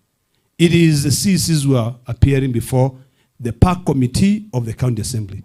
So by the time the Auditor General follows the Public Audit Act Section 35, when they come in, there's a lot of missing information. So I think when you go back to the Council of Governors, and I'm very happy that you know very well that the Senate is supposed to oversight on all funds. In fact, anyone who takes Section 109 of the Public Finance Management Act will be able to answer that. It's not quantum physics. So I think we can be able to help each other there. So the question to you is that, can you then be able to take that issue back to the Council of Governors so that we have a way of ensuring a fiduciary Thank you, Senator. Senator Alwale. Thank you. My brother, the issue you have raised about wasting time in the Committee of Public Accounts is real. I think there is room where the clerk can, if we supported him, receive your replies to the questions raised by the Auditor General. Then, because the clerk's office is well researched, they can synthesize the replies you brought and then raise points of interrogation that would then be tabled before the Public Accounts Committee so that it is systematic instead of wasting time on fueling of vehicles and washing cars and stuff. Thank you. I know that normally happens. My second point, which is also very short, is on the issue of oversight. Listening to the Senator of Kisii, my brother-in-law, Richard, we should move away from there. The truth is that CDF and are not doing parliamentary work. They are actually performing executive roles. I don't think Senate should go into the route of attempting to perform executive roles. The moment you do that, all of you will be in competition with the governor. The governor will be having a bigger budget. He'll be having bigger projects. So you'll be whitewashed. All of you will lose. And I know you don't want to lose. Thank you, Senator. So, Madam Chair, what is on my mind? On my mind is that we should make the oversight fund, which hearing from other quarters, be operational, but also we don't become ourselves a problem this way. One, this house should be agreed that when the money comes, how is the money going to be shared? Are elected senators going to have access to the money in the same amount and in the same manner, like in the counties where we have nominated senators? Is a real problem. We have to agree. Two, do we give Nairobi County, for argument's sake, the same amount of money, Kakamega County, the same amount of money, huge as we are, like Isiolo, with due respect to my sister Dulo, to Isiolo and Lamu? And then, yeah, it is a house of equity. Those are the things we should agree on so that then we don't stall it once the executive then says, let's have the money. My final issue on that one is that we have some counties like Marsabit. It's huge. So if really the Senator of Marsabit is oversighting his governor, he might actually need money to fly around in a chopper, for example, unlike the Senator of Nairobi. And then finally, the issue of the number of constituencies within a county. Lamu, I'm going back to you. You have 2 constituencies, Kiambu, Kakamega, Nairobi have got 12 and 17. We have to agree so that we look neat instead of delaying the fund when it is operational. Thank you, Senator Wambua. Sorry for taking a lot of time. Please let's try 1 minute so that we everybody's covered. Mwalimu will try. We'll try 1 minute. If we don't make it, then you forgive us. Senator Mugatana and Senator Kinyua, you are completely out of order. And this is why. The Senate of the Republic of Kenya is a creature of the Constitution, just as the National Assembly is a creature of the Constitution. We don't need validation from the National Assembly to exist and perform our functions. Secondly, on this issue of oversight, Mwalimu, and you know, the bullfighter has just taken this debate where it ended. If you remember the last Senate, you remember Senator Kihika and Senator Dulo and Ledama. And that is where we will all succeed or fail. The last session, the conversation was, to be specific, the conversation was, should Nairobi get the same amount of money as Lamu County? And on account of our inability to agree on the sharing of the initial 500 million, that's where the conversation ended. That's how we lost the fund. Madam Chair, my opinion on oversight is that let us not, at any one given time, try to be implementers of projects in our counties using that fund. The regulations for the use of that fund must be very, very, very clear on what it is that we are going to use. They are in place, they are not being used, Mr. Kenya, you know that for a fact. So, Madam Chair, lastly, I just want to say this. The failure or success of the Senate, this fourth Senate, will squarely lie on the shoulders of leadership. Speaker and Deputy Speaker and the entire leadership of the House, we must put the right foot forward and make sure that this Senate succeeds. I submit. Senator Topiko and then Senator Achenda. Then I'll come back. What's it?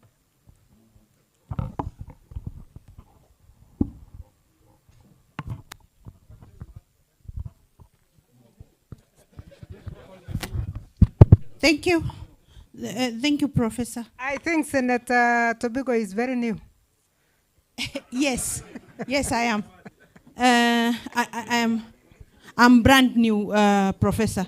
Professor, thank you for the opportunity, and I will say this, and I'm surprised that some senators will doubt what the role of the Senate is, yet it is well defined in the Constitution, that to protect and enhance and entrench devolution. I thought that's the work of the Senate, and it's all that they don't share with any other institution. And so I thought this is very clear.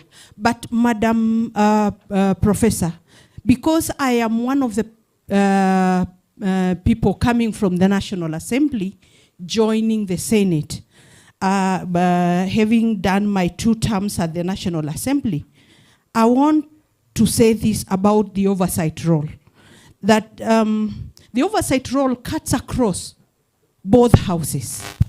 And because also in the National Assembly, this role has not been... Thank you very much, Senator Mumo. And then behind Mumo is the senator from Nyeri. Yeah. Thank you, Chair of the session, and the panelists for very good presentations. 2 points for me. One of the points that I pick, which I think I also had picked, given my interest in devolution, is the need for the country to strengthen the intergovernmental relations across board. And I think that's the one area 10 years on that we have not done well. And we are competing. The different actors on devolution are competing instead of collaborating and cooperating, as was intended by the Constitution. Governor Kihika, you proposed a dispute resolution committee between the 2 houses. Question to you and to the panelists, have we ever contemplated, beyond having the 2 speakers consult on which legislation should go to the Senate, have we ever contemplated setting up an interparliamentary liaison committee that can actually be the space for consultations around some of these issues before they go to court or before they bring a lot of dispute? So it's something I don't know whether we have. On the issue of the Senate fund, I would support Senator Alvarez's point that I hope we will not go the route of turning ourselves into an executive implementer. We should remain an oversight body rather than an implementer of projects. And I suggest that when that fund is set up, that we should focus on designing activities that can have the participation of all members of the Senate in carrying out the oversight activities. The reason I say this, we have nominated senators who are elected by political parties and they represent interest groups. And oftentimes, when you allocate a fund per elected member, you actually turn nominated members into props in the legislative houses instead of also giving them opportunity to interact with the electorate whom they represent. So we need to design this in a manner that will ensure that every senator is an equal senator and has equal opportunity to play their role. Thank you very much. Thank you, Senator from Nyeri. Thank you very much, Senator Professor Kamal. I first of all want to start by thanking the panelists for that very, very insightful presentation. Mine will be a very, very quick one. I think the solution as per how this oversight fund can be gotten using a purely mathematical formula. Having of engineering and project management, the law international, and that's the best practice, you can apportion a certain percentage of the total project cost to monitoring and evaluation, as is done in the CDF. You can also, without looking at the recurrent expenditure, and that would solve Mr. Senator Kharuare's insight that which county gets what, because it would be based on the amount of development expenditure that is allocated to each county, and that would be quite mathematical and fair to everybody. Thank you, Chair. Thank you very much. I'm starting to forget the names. I know Senator Tuya is the one at the end, Senator in front in Olwoba. Start with her, please.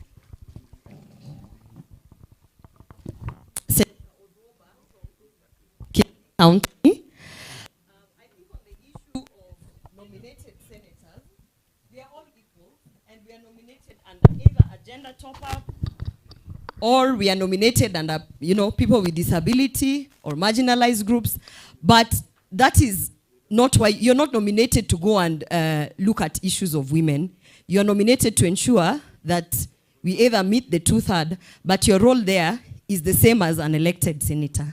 And one of the things that I have quickly learned is that there seems to be a difference between nominated and elected, to the extent that even when we are discussing now how the oversight fund is going to be distributed, you start wondering, I am from Kisii County, nominated from Kisii County. My county still has 9 constituencies.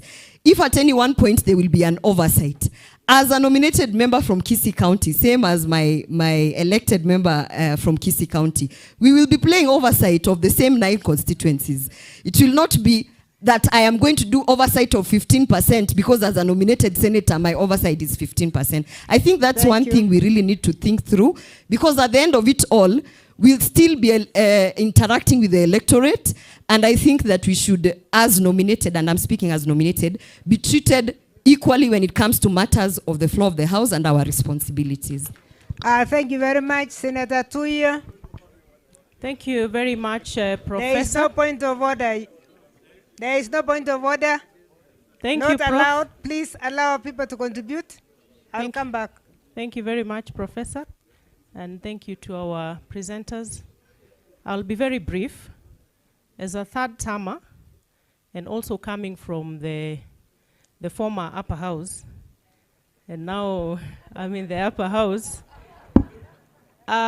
quite frankly, listening to what the Honorable Senator Mungatana has said, the whole, one of the biggest problems we have in this country is that at the point where we make laws, we don't do it for posterity. At the time when the Honorable Mungatana was sitting on the table where matters of the mandate of the Senate was being discussed, he was, and I would imagine I'm just referring to him because he's the one who raised the issue. At that point, people were making laws for themselves, thinking they will always be in the National Assembly. It is selfish, and I want to believe and to be optimistic that we have come of age on matters devolution. And all these matters we are discussing, we might have an oversight fund as the Senate, but if we are still fighting about interpretation of clear definition of roles in the Constitution and agreeing to go by what the Constitution intended, then even the oversight fund will come and we will not deal with the issue as we ought to do. My point, Honorable Professor, isn't it a time where this country, no, we have goodwill, we have the Speaker of the National Assembly now, who has been a 2-term senator. Here we have the Honorable Speaker, who has been a 2-term governor. Can we do a social audit of the role of Senate? And by suggesting that we do a social audit, it is not that we don't know what the Senate ought to do, but just to bring the attention of the country to sit down and agree that this is the time to make our Senate operate. We make the necessary structures for posterity, not for me as Soipan thinking that I will remain in the Senate, so let's not make it better, but for this country, because we know what to do. Thank you, Senator. The Senator at the far end, please introduce yourself now. I cannot even see your face.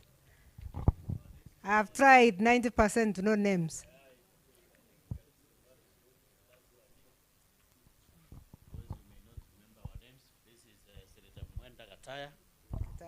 Mwenda Gataya is from Narganithi. I have listened to our presenters, but the whole story was about the struggle to liberate the Senate for 15 years now. The struggle was about to liberate the Senate, to make it functional, to make it get realized, to make it being felt. And for the first time, I think we have a political goodwill. We are lucky that our Speaker is a 2-term governor, has been a member of Parliament. In the National Assembly, we have a Speaker who has been in the Senate. So all these logistics are in place. We have a President who is very mindful of the entire representation, both the National Assembly and the Senate. And I would want to borrow from my senior, Boni Kalwale, that he has confessed that they got 500 million shillings that was not put into the prudent use because there were no agreements. Already you have heard that there are quite a number of contentious issues about members of the nominated senators and how the money is likely to be shared. I think this is the high time that as a house, we are supposed to put in place some legal mechanisms on how this money can be shared when the money is in them. Thank you very much. Thank you. Is that the senator from Lamu?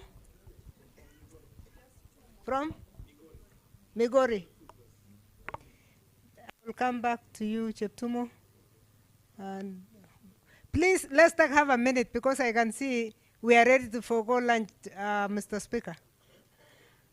This one is the most important topic of this conference. Once this is done, the others will flow. Yes. Thank you so much, Professor. Mine are just 2 questions, 2 quick questions, and I'll direct them to specific members If I of the don't panel. say your name, please say it for the sake of the members, because Sure. this is a time when we want to know one another. My name is Senator Eddie Gisheru Okech from Migori County. Thank you.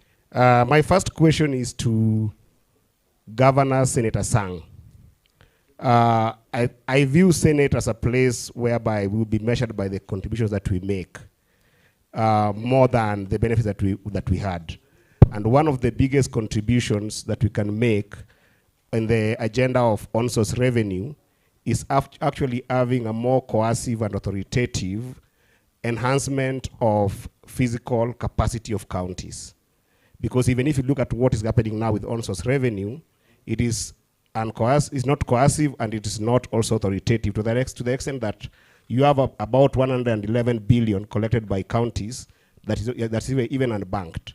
So given your experience as a senator and now as a governor, Governor Sang, what do you see as the creative opportunities for senators to build coercive and authoritative enhancement of physical capacity for counties? The second question, very fast, if you allow me, goes directly to Senator Dulo. On this question of the role and the place of Senate. If you read the Standing Order number 22, the Standing Order establishes the political leadership of the Senate. And in my view, I think that the problem or the misunderstanding of the role and the place of the Senate in the Kenyan society today is a political question, not a constitutional question. So my question to you, Senator Dulo, is that is there a way we can be able to devise, through our leadership in the Senate, a political strategy that can be able to enhance political goodwill by the executive and by the members of the National Assembly to be able to entrench the role of the Senate in Kenya? Thank you so much. Thank you, Senator Osotsi. Let it come forward here. And Honorable Senators, the next topic is very much related to this. And our conversation can continue because it's going to be a topic on devolution itself, understanding devolution. So please allow me to take Osotsi, come to Baringo, Senator Baringo, and then that way. Thank you. Thank you, Chair. Honorable Osotsi Vihiga. Chair, I must confess that as one of the members coming from the National Assembly, I sat in the House Business Committee for 4 years. And I'm among the National Assembly members who really frustrated Senate. Alongside people like Duale, Mbadi, Junet. But I'm here. Then I must confess, listening to the speeches here on the role of Senate, even with the basic reading of Article 96.2 alongside Article 95.3, you clearly see that the National Assembly has been given the powers to enact. It is there. Okay, the general aspect is that there are gaps in law. Let's allow him to contribute. By Friday, everybody will be in the same page. There are gaps in law. Yeah. And the question I keep on asking myself, what has stopped the Senate from initiating the process of amendments to the Constitution so that it gives us the strength to operate as a stronger house? Thank you. Thank you very much. That is BBI. Senator. Thank you, Chair. Cheptumo, and then Beatrice closes, then we'll come back. Chair, Senator Wambua, and I think my colleague Soipan raised serious issues about the comments by Mungatana, I think Kinyua. I think what Mungatana was saying, he was giving us the background. How Senate is what it is today. Because the discussion in Naivasha was to make Senate better. But the same Mungatana again, who was doing that in National Assembly, he did exactly what they have done. So I don't think he was saying it in bad faith. He was trying to really give us the background and the history of where we are. Secondly, Chair, I also have to confess my sins. Because I was the chairman of delegated legislation 2013-2017. That is when the regulations on matters Senate on the fund came up. And being the chair, of course, and with proper instructions from my team and the entire National Assembly, we really frustrated that fund. And here I am today. I want to agree with the proposal that let us do law for posterity. And I will do that when I'm in this house. I'm now doing my 4th term. It is very important that we facilitate this house. But Chair, we are now doing 10 years of devolution. And this being my first retreat with this in this house, it is like we are beginning this house again. I'm actually worried because listening to the discussions, like actually we are beginning Senate in 2022, and we have been here. My question, not to maybe to Bosire and Sang, is these members who have been in this house, can you tell us really how have you undertaken oversight for 10 years? Practically. What have you been doing? Can you claim you have done oversight at all? And if the answer is yes, how have you done it? Because we want to know as new members. Thank you. Finally, Dr. Bosire, you spoke about whether we go to Treasury to follow up the allocated money for counties, and whether we have continued engagement with the Ministry of Devolution. I think these are the issues that we really want to interrogate now. The relevant institutions, ministries in charge, whether we can be able to do that and find out. And let me tell you, members, as I conclude, if you go to, and that's why we need to actually divine this house proper. Because today, and of course you know I am the Senator Baringo, and you know what has been happening about the way things have been done. Now, if you go to the public today, they will ask you what two people do. They know the work of the MCA, they know the work of the governor, and they know the work of the MP. They were asking me when I was campaigning, what is the role of a senator? That question is outside there. And it's like in this house again, we don't have the answer. Thank Chair, we can have this By Friday, discussed we have as a the solution. answer. Okay, asante. By Friday. Senator Beatrice. Senator Beatrice Ogola, delegate of Senator Moses Kajwang. Now, Dr. Conrad mentioned amongst the 6 points on the devolution ministry. The devolution ministry, as he says, and as we know, should ensure that we have regular meetings with the Senate.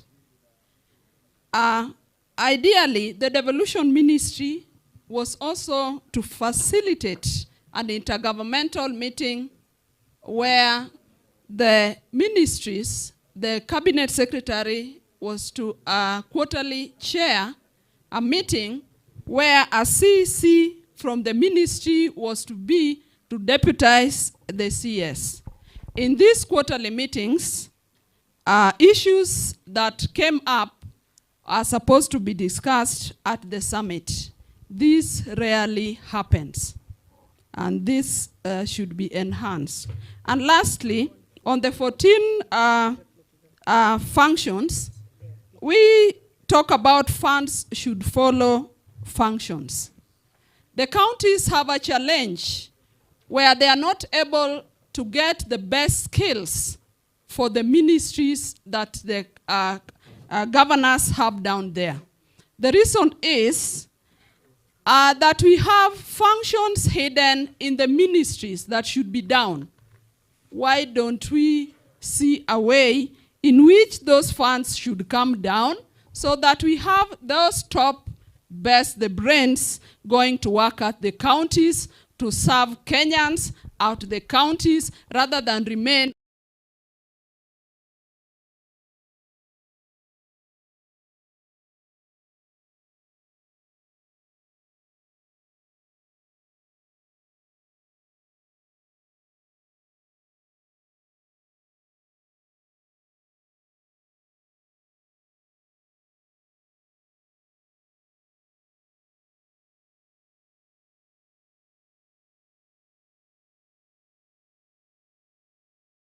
so many things that they are not active and they are not looking even at Auditor General's report.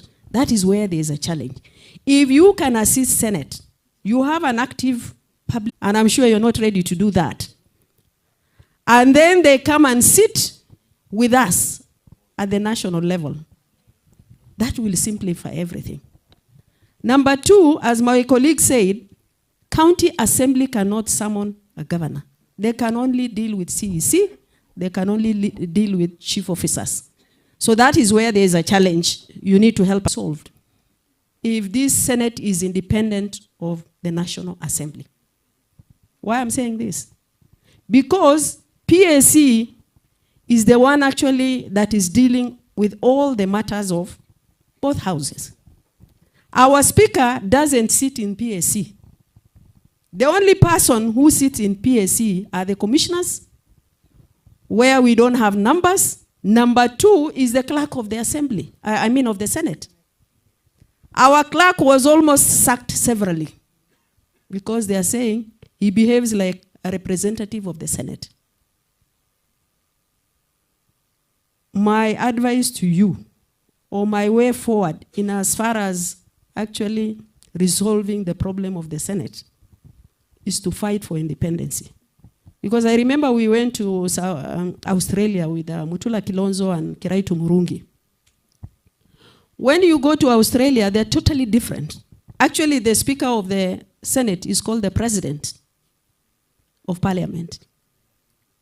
And the National Assembly is called the Speaker. So it's us to fight actually for that independence. Unless we get that independence, we are zero.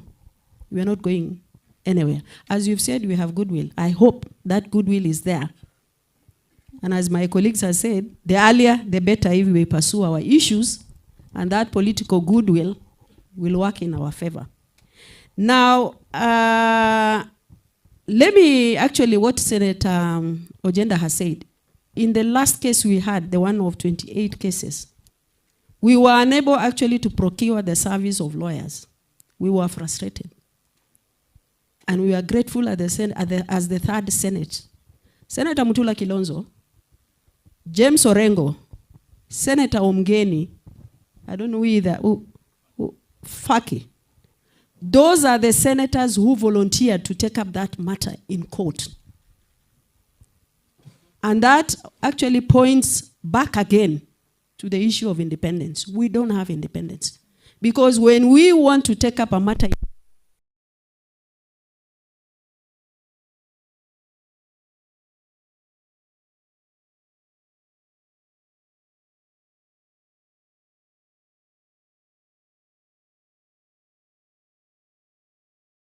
to be very difficult. Thank you. Because I remember in the last Senate, there's a procedure where if I'm elected, I'm not in the House, a member of delegated can actually vote on my behalf. But what happened in the last Senate, when things became so hot, all the elected senators withdrew the voting rights. Yeah? So, sorry? We are not equal. It will be. You are not redundant. Let me say this. There are 2 senators in the Senate. That is Senator Mwaura and Senator Gertrude Musuruve. They actually carried out their role for PWDs so well in the last Senate. And they had brought legislations. They have fought for PWDs. We have matters of gender in the counties. We have matters of gender nationally. We have matters of actually budget and youth. Those who are relegated even in the counties. There's a lot to be done. But I heard the clerk saying we are going to have a workshop for gender, we will have for youth, we are going to have for PWDs. And I think this is the right time you need to put yourself in the right place. How are you going to carry out your mandate? Lakini mukishindana na hapa na elected, mutanyoroshwa. Thank you. Now, finally, now the issues of constitution and our mandate. By the way, last Senate had done a very thorough overhaul of the constitution as far as amendment to our role is concerned. The reports are there. We have even taken to BBI when the committee was meeting. They threw it through the window. So we have everything on matters actually strengthening this Senate. So I will still appeal to the Speaker as we wait for the constitutional amendment moment. Maybe we need to engage a consultant to help us iron out the issues of the mandate of the senators. I thank you. Thank you. At some point, Fatuma would have to come back and talk about oversight. We went to Sri Lanka for a conference with Fatuma and Senator Kio Wambua on the issues of oversight in Senate. And I think there was a presentation from Italy that was really excellent.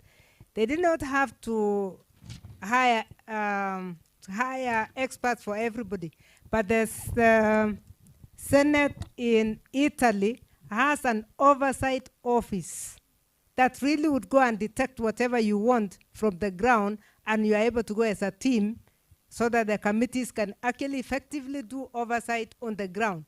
I think this is a conversation that we need to continue. Yes. Yes.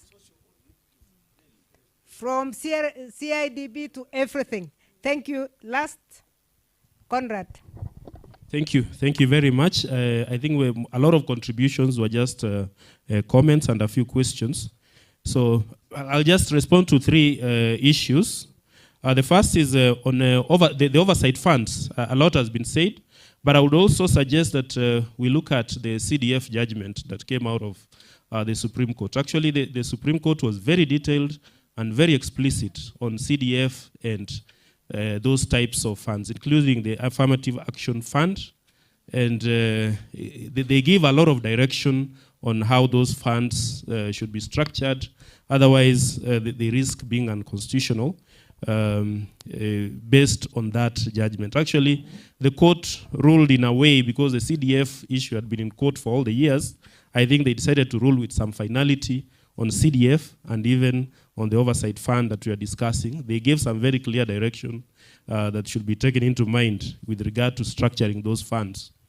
The other issue is there an international best practice for Senates? Actually, the upper houses, even as Honorable Kamar has just mentioned, their mode of composition, their nature of power is so varied, such that we just need to find our space as the Kenyan Senate and enhance it from that perspective. For instance, in Canada, the Prime Minister actually appoints senators. They are not elected. In South Africa, the National Council of Provinces is composed of representatives from parliament assemblies. And sorry to say, they are very politically weak because they come from the provincial administration. I think the Kenyan Senate is quite strong because it has elected members, and they can actually politically stand up at the national level. And so maybe it's just to look at and deeply understand our current roles and then enhance them. My last point on rejigging the role of the Senate. I know a lot has been achieved over the last 10 years, but as Senator Cheptumo mentioned, let's look at oversight and what we need to do, then have a detailed reflection and plan way forward. Same to legislation and same to representation of counties and county governments. If we have a detailed reflection and plan over this term of the fourth Senate even, and some outcomes, then you are able to have a focused way of doing it. And I want to reiterate one point. We are talking about capacity of senators to oversight. I think, for instance, I'm just mentioning as an example, the Senate Liaison Office can actually bring in development partners interested in the success of the Senate and do the oversight activities that we are talking about. So be creative within the limitations that we have as the Senate in order to achieve those outcomes and build the capacity of individual senators and the whole House to carry its role. Thank you very much. Thank you. Can we have an applause for all of them, please? Want to thank you most sincerely. You have done a great job. I want to inform the nominated senators that I'm also nominated, and we're going to sit down and we'll have our agenda set out. Clerk, the sooner the better for us to have our workshop. We'll be having Dulo to talk to us now about what it means to be nominated. I started from elected, I'm going there. So we are going to have a very good time. Honorable Speaker, we want to thank you. Everybody has been very attentive. I want to thank everybody. The next session is a continuation of this. It will be a very brief one because we'll have a very important presentation on performance, how we can perform as senators, and thereafter Then we move to the Parliamentary Service Commission, and I think we are hoping to have Commissioner Shaban here. So it will be a very quick afternoon, because the third session is just the do's and the don'ts, the things that exist. It has no debate. But the second one will be a continuation of this discussion. May I thank you most sincerely for being very attentive. We are going to have lunch, and I beg that we have lunch for 45 minutes. My watch is a little bit wrong, so 45 minutes brings us here at 3:30. Please, 3:30. Our lunch is to the right. It is all set, ready. Thank you very much. Can the host, Senator, pray for our lunch? Dr. Conrad Bosire and Thomas Todling. And today, what we want to do is to look at making devolution work for services delivery, lessons learned, on ongoing challenges and emerging expectations. Honorable Senators, Article 93 of the Constitution establishes the Senate, whose mandate, as provided in Article 96, is to protect the interests of counties and their governments. To realize these mandates, the Senate is expected to consider, debate, and approve bills concerning counties, determine allocations among counties, and exercise oversight over national revenues allocated to counties. In excess of this mandate, the Senate contributes to the realization of objects and principles of devolution espoused in the Constitution as follows.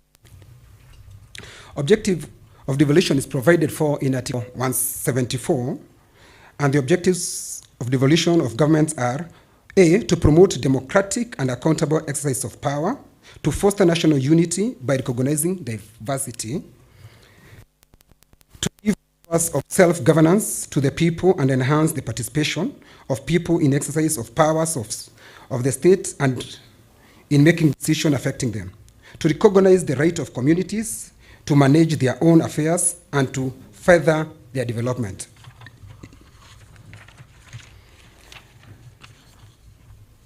Also to protect and promote the interests and rights of minority and marginalized communities, to promote social and economic development and provision of approximate, easily accessible services throughout Kenya, to ensure equitable sharing of national and local resources, to facilitate the decentralization of state organs, their functions, and from capital of Kenya. Because previously, everything was centralized. All services were provided from Nairobi. To enhance check and balances and separation of powers. The principles of devolved government is provided for in Article 175 of the Kenyan Constitution.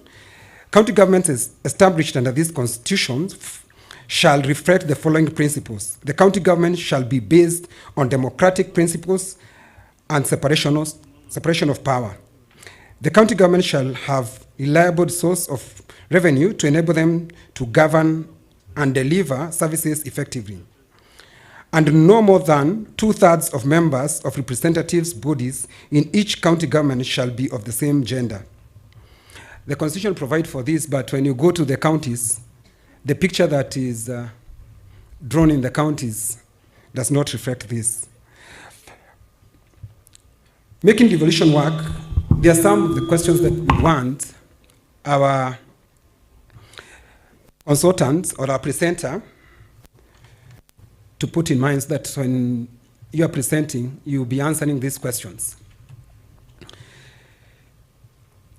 What action should the Senate take to actualize these objectives and principles of devolution? The principles that we have raised above. Which legislative and policy gaps have constrained or impeded the effective implementation of devolution? How can the Senate intervene more forcefully in resolving the current financial crisis affecting effective implementation of programs and projects in the county? How can the Senate bolster the fight against corruption and promote accountability, transparency, and participation in the use of resources at counties level in order to advance the ideal of devolution imposed in Article 174A? And that's why you have had members talking about oversight, so that at least they can be up to speed of what's happening in the county. What information do citizens need to hold the Senate and county governments more accountable in the discharge of their constitutional mandate? What are some of the quick legislative interventions that the Senate can institute or initiate to address key challenges or gaps so that it lives up to heightened public expectation on devolution? Honorable Senators and colleagues, the person who is going to present to us is Mr. Muratha Kenothia. Muratha Kenothia is currently working with World Bank and has worked with the organization for more than 8 years now. He started as a public sector management specialist in 2014 before he began working as a senior social development specialist as from 2020. Prior to joining the World Bank, he worked as a governance advisor under the Department for International Development for over 11 years with the UNAID. The person is resourceful, I can tell you. He attained his undergraduate degree at the University of Nairobi and later studied his MSc Public Administration and Development at the University of Birmingham. That is our presenter. And may I take this opportunity to welcome him so that he can proceed with his presentation. Mkaripigieni makofi anapokuja.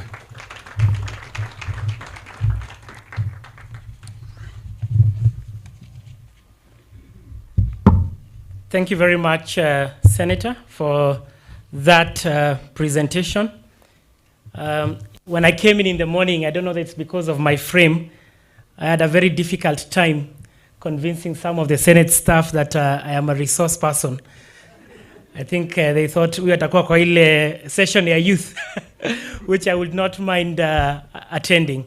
But just to say that over and above that, I've been very lucky to have been part of this devolution journey right from the start.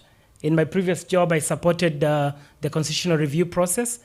We then worked in terms of supporting the Mutaha Kangu Transition Committee. And since devolution came into force, we've been involved in supporting it. I'll be speaking a bit to the report that has been distributed to you, making devolution work for service delivery. I'll also reference maybe one or two other reports. And I think even before I dive into my presentation, going to the questions you've asked, one of my first recommendations to Senate and to the, either Senate can or calls for that to be done, is that we do need a systematic way of tracking devolution, so that when someone asks you, whenever we travel, people are very impressed with our experiment here of devolution. They always ask you, is devolution working? And for us to be able to give them a systematic response, it would be good that, of course, the bank has done this report. We had done another report 10 years ago, but it would be very good for Kenyan institutions to be able to produce something like this on a more regular basis that can tell us as Kenyans. And I know there are efforts to work on indicators for service delivery. Trying to see if this is working or I need to do it the other way. Can I get some technical support? Anyway, as I get that, and maybe I can request someone to move the PowerPoint. I know this is the afternoon, we've had lunch, we had a very long morning session, so I will not go through this in a very detailed manner and boring you with the graphs and others that we are known for within the World Bank. I think the first thing for us to say, what we're trying to do with this report was to assess devolution.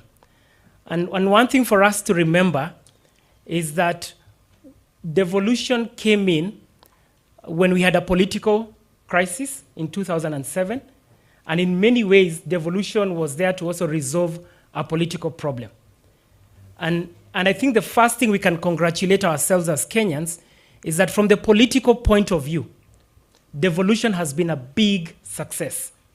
It has helped to ease the winner takes all. Let me see if this is, yeah, I hope people can see that. It has helped to ease the winner takes all politics that we had. And right now is that even if, and we don't like using this word, but because we're in the political season, even if they are losers at the national level, so to say, people can still win at the local level. And I think we've seen that in terms of increased stability in the country. I think also in terms of political accountability, devolution has had amazing, amazing success. I think one of the things we see when we engage with governors is that governors know the price of not implementing projects, not completing projects. And I think we may have, we don't normally comment on politics as the World Bank, but we may have or not have seen the results of that in the just concluded election. We can be proud that the basic structures for service delivery are there. And I think for me, a critical thing, going back to what we were saying on the role of Senate, is that right now we know counties by and large are delivering services, are hiring people. Maybe the question we can now discuss is what is the quality of the services that are being presented. And counties have also invested significant resources. But it's also half empty. I think we have had this morning of some of the intergovernmental challenges, and we'll speak more to that. We heard about functions that are yet to be transferred, especially in infrastructure. And then there's political economy. That is a polite way that the World Bank uses to talk about things like corruption, which you asked, and other issues like that affect service delivery. And we know there's a lot of wastage and so on that Senate is always tracking. I think I can, basically the point to make here in terms of devolution of functions is by and large, a lot of this has been done. There is still areas, we know that most of the frontline services are being delivered by counties. The principle of subsidiarity, which says that services should be delivered and managed at the lowest possible level, that is happening. We know that they have taken up the responsibilities. And we should, as Kenyans, we should not take this for granted. As I said, I was there at the beginning of devolution, much younger than I am now. And I know that for many of us, if I can, today people were admitting their sins. Many people in the development world were predicting that within 5 years, a good number of counties will have collapsed. The closest we came was Makueni, and that never went. We always forget because Makueni now is a success story in many ways, but it never happened. So we can be quite proud that we've not had significant disruption, other than maybe in the health sector, where very early on there was some industrial action. However, in terms of functions, there's still a number of areas where either functions have not been fully devolved or are still being carried out by national government. We know in urban sector, that's one. We'll talk about urban water a bit later on, but we know the challenges, for instance, we had with Moranga and other places. In agriculture, there's a lot of overlaps, including things like fertilizer and so on, that sometimes national government will come in and do. There is the retention of budgets by national government, where this function assignment is not very clear. One of the speakers this morning, I think was it one of the governors, spoke about the budget of the health ministry. And you would have expected that with devolution, that as I was said, that would reduce. But there's still a very significant budget. There's reasons that they explained for that. But yes, it's interesting that we still continue to see these huge budgets. There's a lack of there's been developments, especially with the law that was passed by Senate last year on what we used to call conditional grants. I think now we are referring to them as additional allocations. And this can answer part of the question you had about how can we fund some of these county services. I think, I don't need to belabor that point, that a lot has been said. So now going into some of the meat of my presentation, when our host senator was speaking today, she referred to the KNBS report, the Kenya National Bureau of Statistics. And this is one of the documents I want to invite you as Senate to have a look at. Unfortunately, I was not able to come with hard copies, but we shall organize to send it to you. It's a report that we've now been working with the Kenya National Bureau of Statistics and have done twice on estimating the GDP, if I can use that term because that's better known, of counties and the contribution of counties to GDP. And we can be proud of some of the things that we are seeing. I mean, obviously, as might be expected, urban counties continue to contribute the biggest chunk, Nairobi is about 27.5%, followed by Kiambu at about 5.9%, Mombasa 5.2%, Nakuru 4.9%. But that said, we see counties that are also predominantly rural, like Meru, Kakamega, Nyeri, making significant contributions because they have a diversified agricultural sector.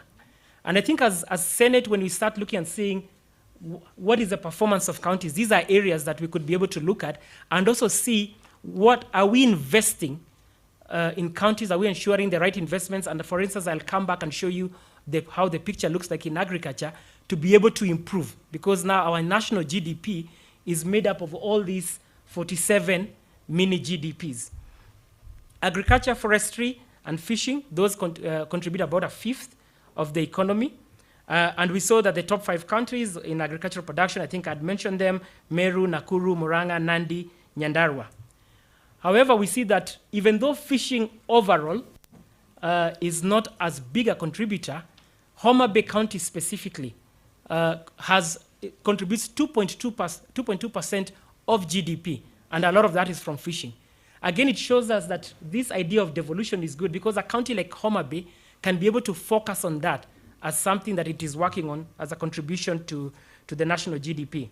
If you look at the gross county product, as we call it per capita, you can see now quite a bit of differences in terms of, and I hope I'm moving this, sorry. I realized I was not moving that.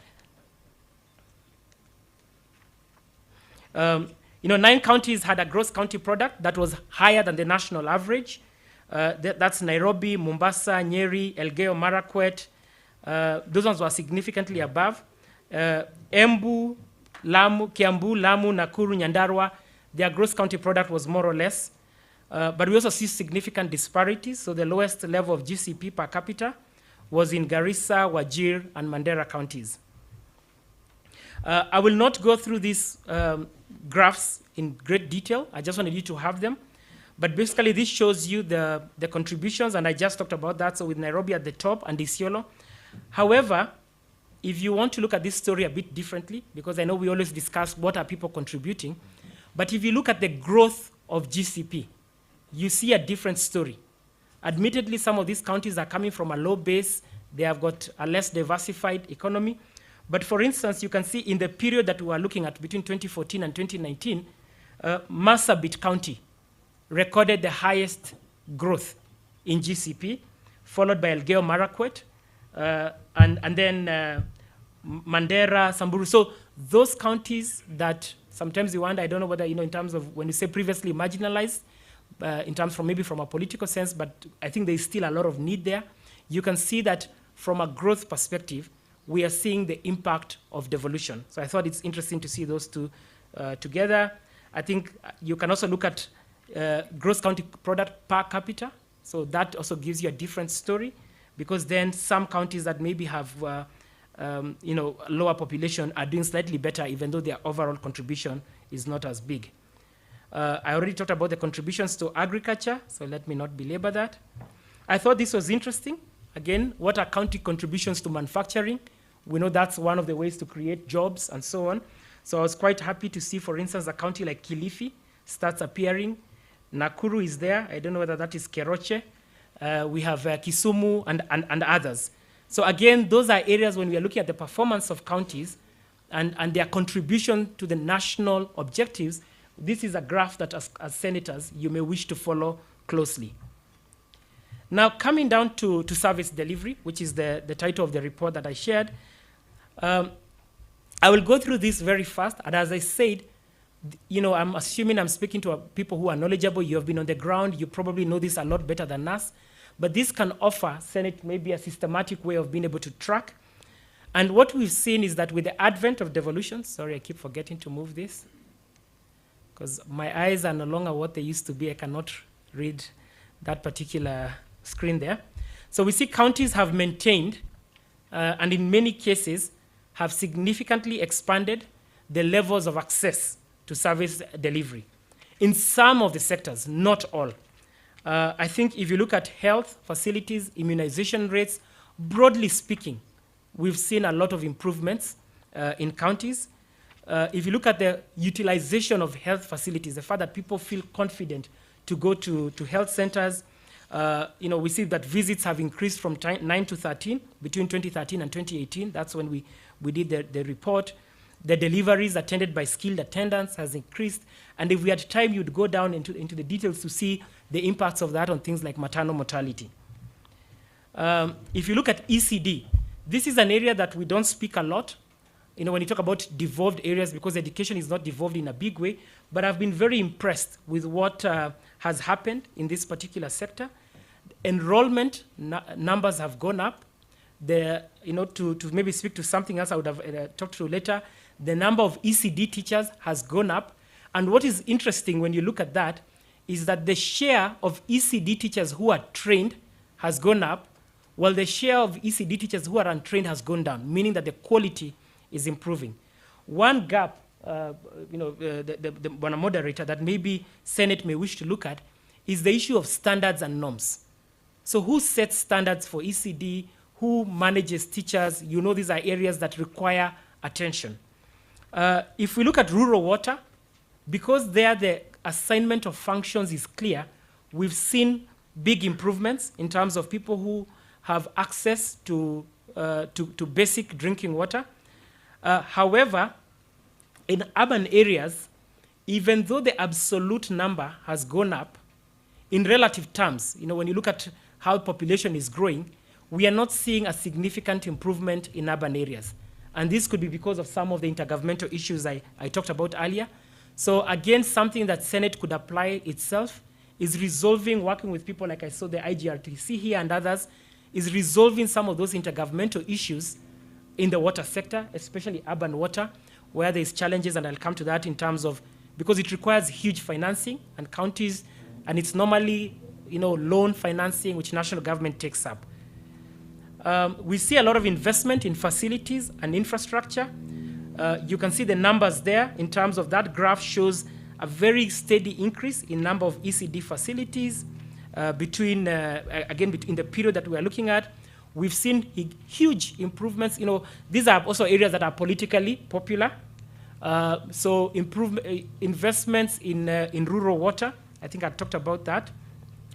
However, just to say overall, the numbers of staff have gone up. So I think we already know that.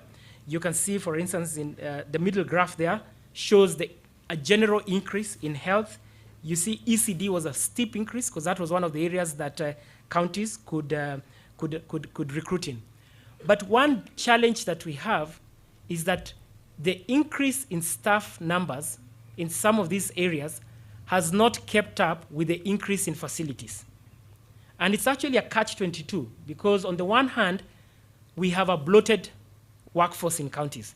There's areas where you maybe have too much staff and they are not needed, but of course they are drawing a salary. And then there are areas where you have a gap. And one question we asked as we went down to do these studies, to give you a very good example, is that when counties built a second dispensary so that people can be able to have a dispensary within 5 kilometers, they would take the 2 staff who are in the existing dispensary, divide that, take 1 to the other dispensary, and keep 1 there. And when we ask them, are you better off having 2 staff, which is the standard that is provided by the Ministry of Health, but 10, 15 kilometers away, or 1 staff closer, they always said we'd prefer to have 1 staff closer. So one area that I would say in this issue of staffing is that if you look at an area like health, services are provided by people.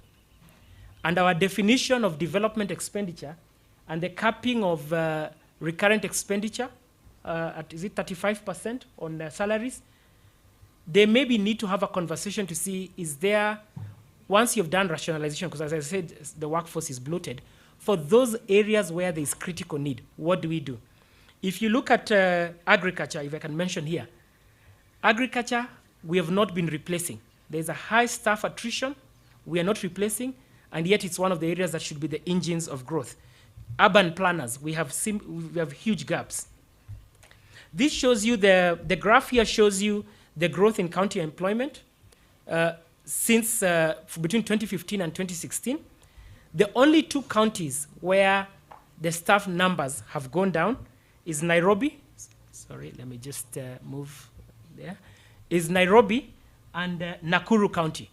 All other stuff, numbers have gone up. So for instance, if you look at the time when we did this study, Nyamira County, just under 70% of staff as of 2018 were new compared to 2015-16. So there have been huge numbers that are there. And I'd already talked about the fact that even with this increase, because of the way it's done, sometimes like now in this election period, there might be people who will be hired, and sometimes it's not in a rational way.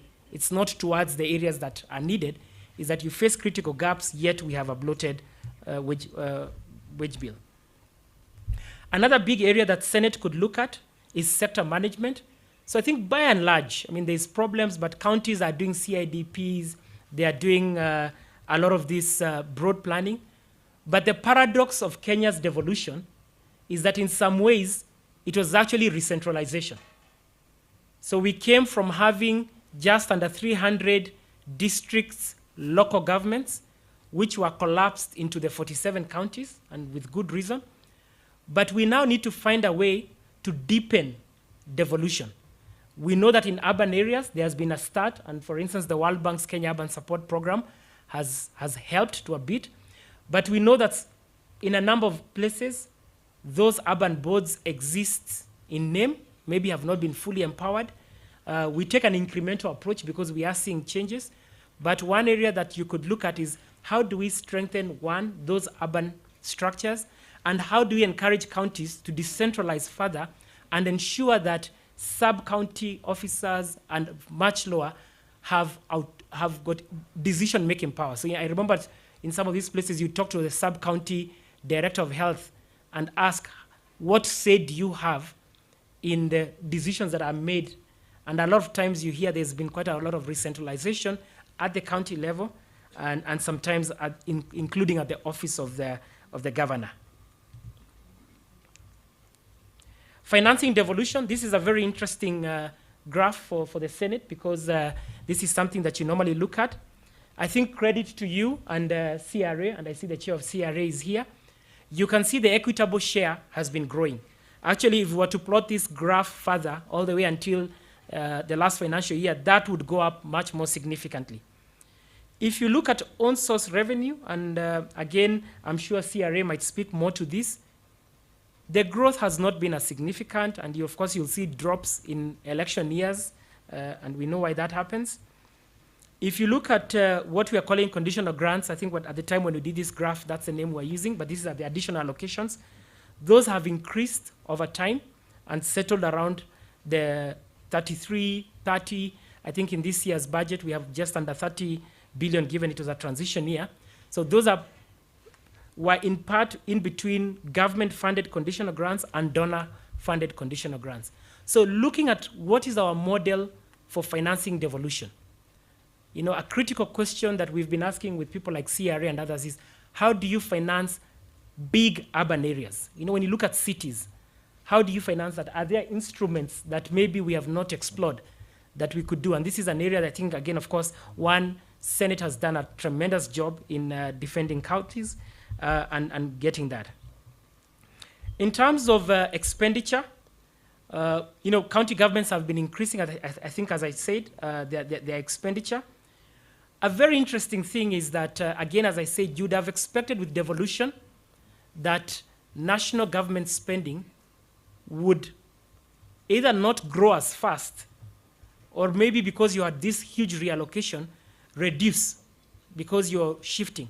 But actually what we've seen is that national government spending has grown faster than counties, so which is interesting. In part, of course, there's issues around debt and so on, but even then, as I said, when you look at some of the functions and things that are, are being done at the national level, it is an interesting observation. It is a safe way for me as the World Bank not to be quoted saying things should be different, but we would have expected things to look different. If you look at the trends on expenditure, I think I will, let me not bore you with the sort of per capita. What I want to draw your attention to is the graph at the bottom right. You can see that agriculture has more or less flatlined. That's a very small one.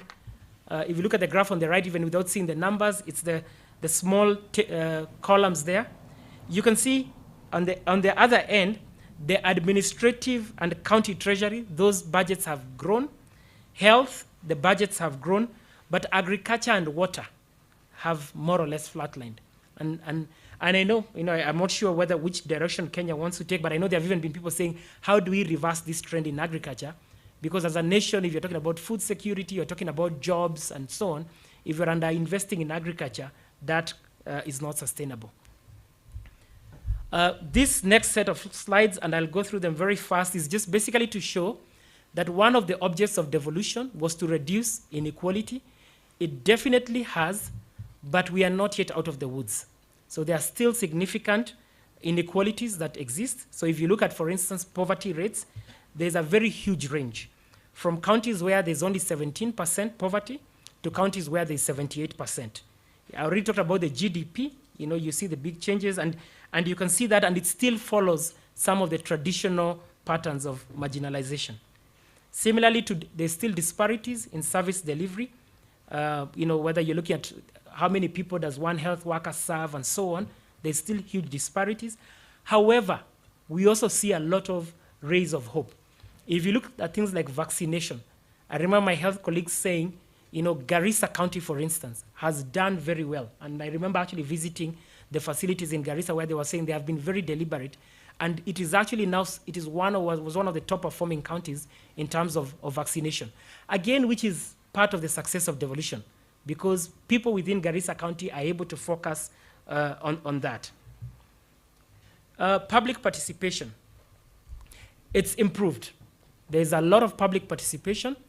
However, and I'm trying to summarize because I know it's an afternoon session, and there's quite a number of recommendations there of things that you could look at. For instance, we are very happy with the legal provisions for transparency. The courts have helped in enforcing some of this and so on, but you can look at the column there for what could work better. But the key message I would leave you with is that if you look at the project cycle, we have been very good at involving citizens in the planning and design stage. You will call them for CIDP, you will call them for their annual development plan, they will select a project.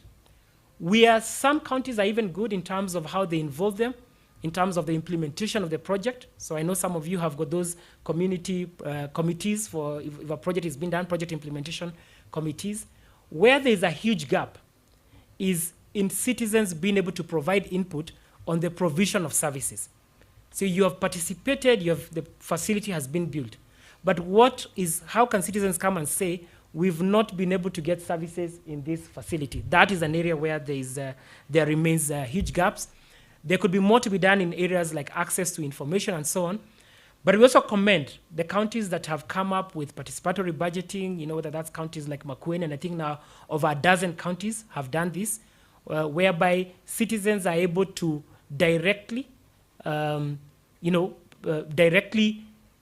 select projects. Of course, we call it guided facilitation because then you can also bring in input from technical officers about how much does it cost to do a classroom, how do you do this, what else is being done in the county. But as I said, if the next frontier is really on how to use this to improve the quality of actual services that are being presented. I'm on to now my last two slides, and as I said, there's a lot more detail. And this one is relevant because every time we've come to Senate to meet with your leadership, Senate has talked about how can we have more data, a dashboard or something to be able to track devolution. It was very difficult for us. I'm sorry, I keep forgetting I am not moving this. The data challenge is that we found that there was very little data available on some of these areas. If you go to health, health is very good because they've got very good administrative data. But today, if we were to say, have counties made the right decision by investing more in tractors and inputs, say as opposed to extension services, we don't have good data on production and other things that can tell us regularly that this is an area we are doing well. So I think Senate can look together with KNBS. I know counties are supposed to have county statistical abstracts, county statistics. Those are areas that have not moved very well. And I think as you engage with counties, you can look at that.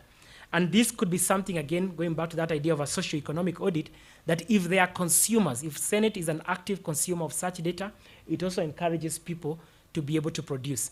And on this point, I think for us who are part of the Devolution family, I know we in the bank produce masses and masses of this kind of data.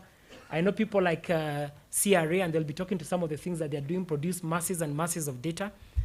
I don't know how we can be able to, outside of the Devolution conference, meetings like this, how are we able to constantly provide this to you, and including your technical offices, so that this information does not just sit on our shelves, but is actually useful for you in your role.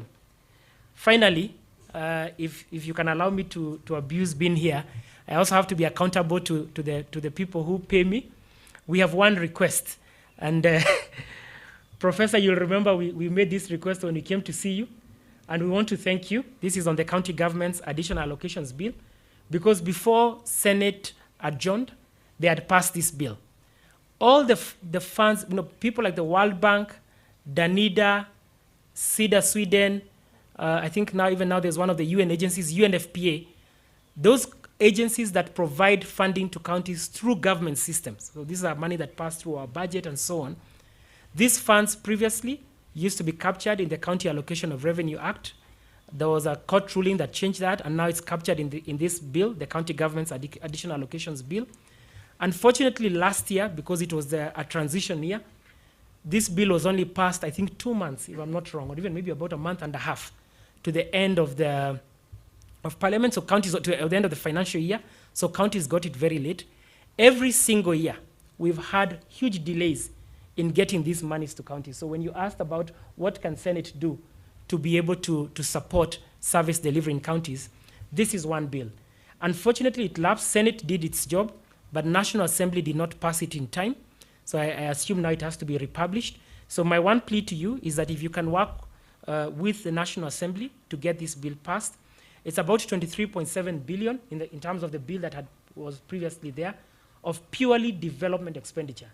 And actually, when I've done the math, in many cases, it comes to a significant chunk of money in counties. This is what you're seeing in urban areas and so on. We have an opportunity, because the bill lapsed. There's a new program actually that has been approved since then, the National Agriculture Value Chain Development Project, which has a further 3.2 billion. So there's about 26.9 billion that could be available to your counties in ag, water, health, and we pray that you can be able to support the quick passing. We know that Senate is concerned, and we are equally concerned about issues of accountability, integrity around these programs, and we are happy with some of the provisions that were put in the bill to strengthen accountability. So by all means, let us strengthen accountability, but as we were saying with some of the people, is ensure that funds, those people who move and are doing the job properly, let them get funds on time. So with those many remarks, let me stop there. Asanteni.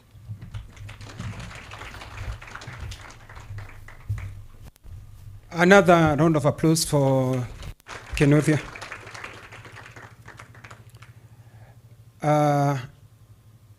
We'll start. Can you get those mics so that if there are questions, and you want to be brief with questions, because what is standing between you and our speaker's dinner is PSC.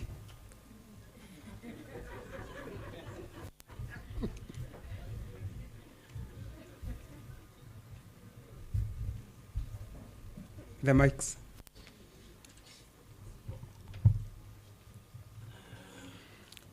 And Speaker, if you allow me, I'll give preference to the governors. Governor, Senator, if they have a question. Okay. You start with Senator Kajwang. Senator Kajwang, you know the reason why I'm giving you. Thank you, Chair. You were the chair of the Devolution Committee. I was your successor as the chair of the Devolution Committee. That's the reason. So I believe that's the reason why you've given me this opportunity. I want to thank the World Bank. Morada, this is a wonderful publication. I've just looked at it, and I think this will help many of us who are coming into this space for the first time, and those of us who've been in this space for quite a while, because you've made some very, very valid conclusions. I also want to thank the World Bank because in discussions with, I think, one of your senior managers in Mombasa during the induction for governors, we had a side discussion around climate change. Now, for the attention of the senators, in the last Senate, we set up a caucus on climate change. And the Senate management was kind enough to approve the Climate Change Caucus. We will be affiliated to what we call Climate Parliament. We wanted to bring a unified voice of the Senate and Parliament on matters climate change. These has previously been handled by the Lands, Environment and Natural Resources Committee, which has not provided attention. The World Bank has significant funding within that space, and we'll be commencing conversations with the World Bank, of course with the support of the Senate management, to see how we can leverage on that. So honorable members, if you are interested in climate change, I think at the right time when caucuses are being established, I want to encourage you to join this caucus. There'll be COP in Egypt, which will be happening in the next 2 months. I'll be talking to Nyegenye and the speaker to see whether this caucus can send a few representatives to Egypt. Secondly, I want to encourage the World Bank, and you have cited it as a limitation. We need to be focusing on outcomes of devolution rather than just the input. And I think that was a conversation earlier that even our audit has focused too much on inputs rather than outcome. You have cited that limitation, but let's work together to build a warehouse of data on outcomes of devolution. And I think that for the last 10 years, there is sufficient ground for us to do that. Finally, which is the question, is on conditional grants. The World Bank gives a lot of money to counties. There was support for county health facilities. There was a there was the KUSP, Kenya Urban Support Program. There was KDSP. There was strengthening for universal care. And there was the one for agriculture. In some of our counties, it is these grants that are visible. If you go to some counties, you find urban areas as Cabro, there's Tamaking, and markets are being renovated. And we know that that is money from development partners that comes as conditional grants. What are your views on strengthening accountability for these additional allocations? And what measures are you going to take to incorporate the views of relevant Senate committees on utilization of these funds? The Public Accounts Committee or Devolution Committee in the past have pronounced themselves on how well or badly some of those funds have been used. Thank you. But you continue to provide those funds without reference to the decisions or the recommendations of the Senate. Thank you. Thank you. Senator Governor Mandago. Thank you very much, Chair.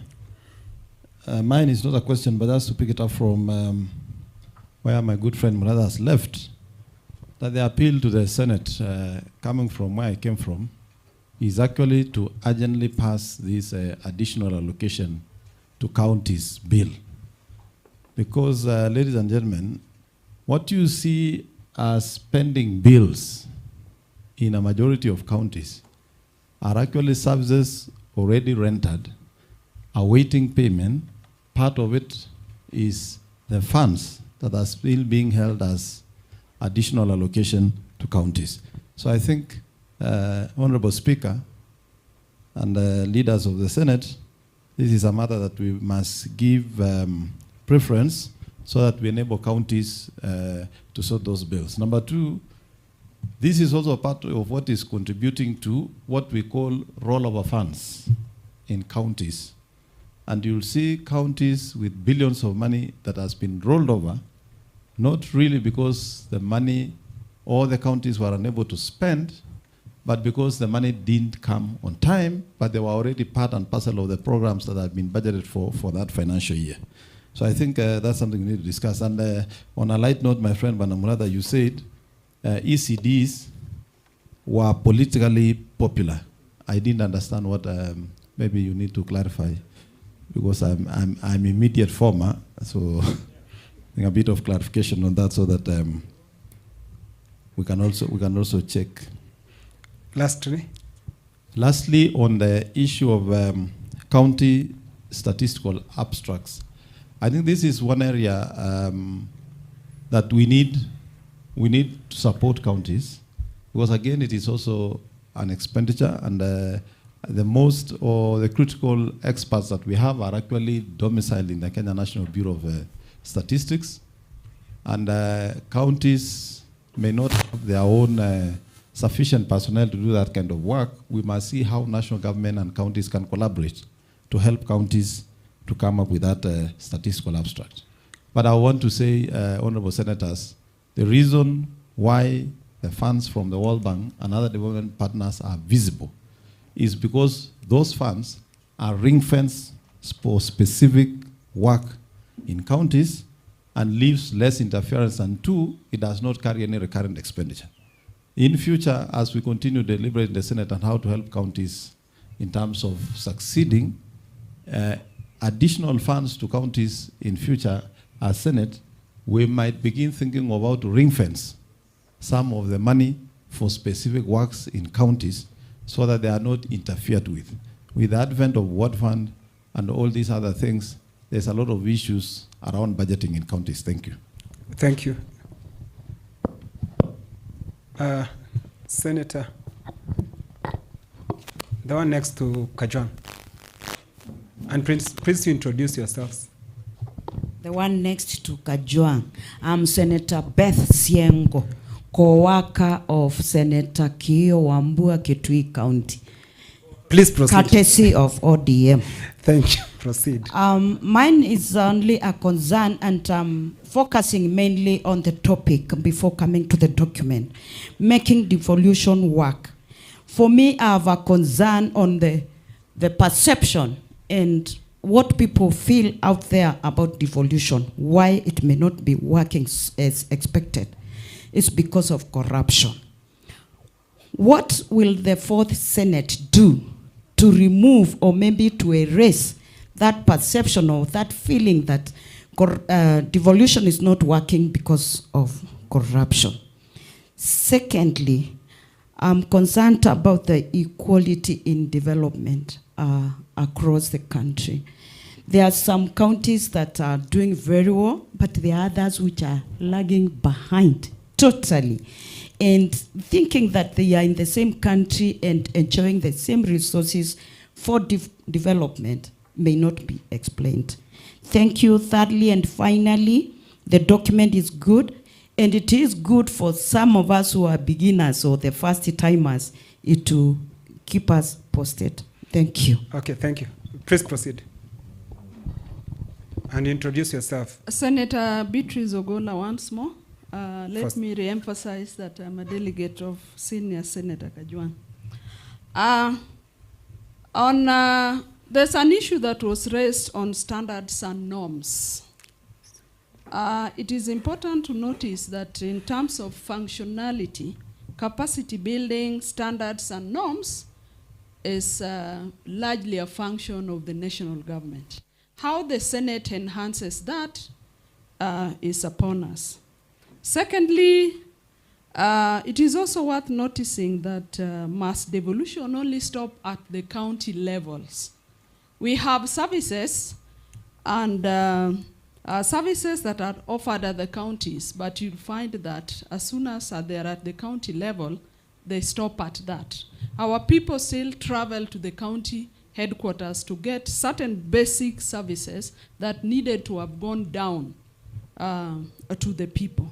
And lastly, on staffing, employment as raised, I want to also mention that other than health, major sectors of the counties employ more of support staff rather than technical staff. That should interest the Senate. Thank you. Senator Wahome Wamatinga. Thank you very much. I would want to start by thanking Murada for that, for this wonderful document.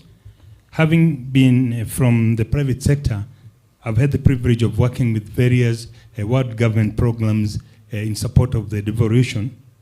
Now I know that the policy is moving them to the county government, be it the KISIP or they are more moving the county government. My worry is that the World Bank could have overseen a very important step of capacity building, because we know that most of the procurement in the county governments are politically instigated without wanting the governor Mandago to hear that. And the danger of doing that is that we lose professionalism at the altar of political allies. How is the World Bank going to ensure that the professionalism that has been known hitherto remains? Thank you very much. Thank you. Senator Veronica Maina.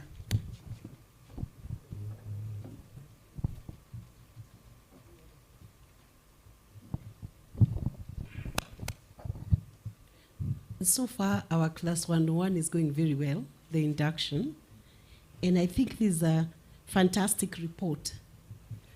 My only concern is whether such reports do get to the Council of Governors forums. For this reason, that if you look at the disparity of the standard of service that is being given in every county, you can tell that counties are not reading from the same script.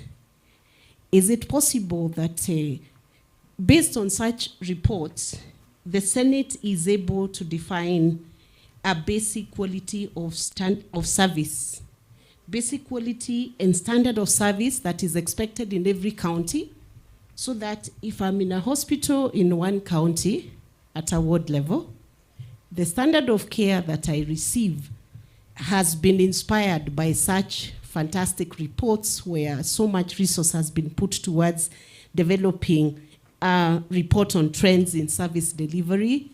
Or does this report just get to this level and then it does not actually benefit the county? Or whether the oversight done by Senate would be able to drive the change and development of basic operation standards for the service that is being rendered in the counties? Is that possible? The ring fencing of funds for certain basic services, e.g. healthcare, if we talk about antenatal, postnatal care, is it possible that in the course of developing such a standard service for everybody in the Republic of Kenya, then we would be able to, for instance, assure every mother who is delivering that the service they receive in Voi is the same one they receive in Kitui, and that we can protect lives using just very simple steps towards standardization of the service that we are giving to Kenyans. Thank you. Senator kutoka Pwani.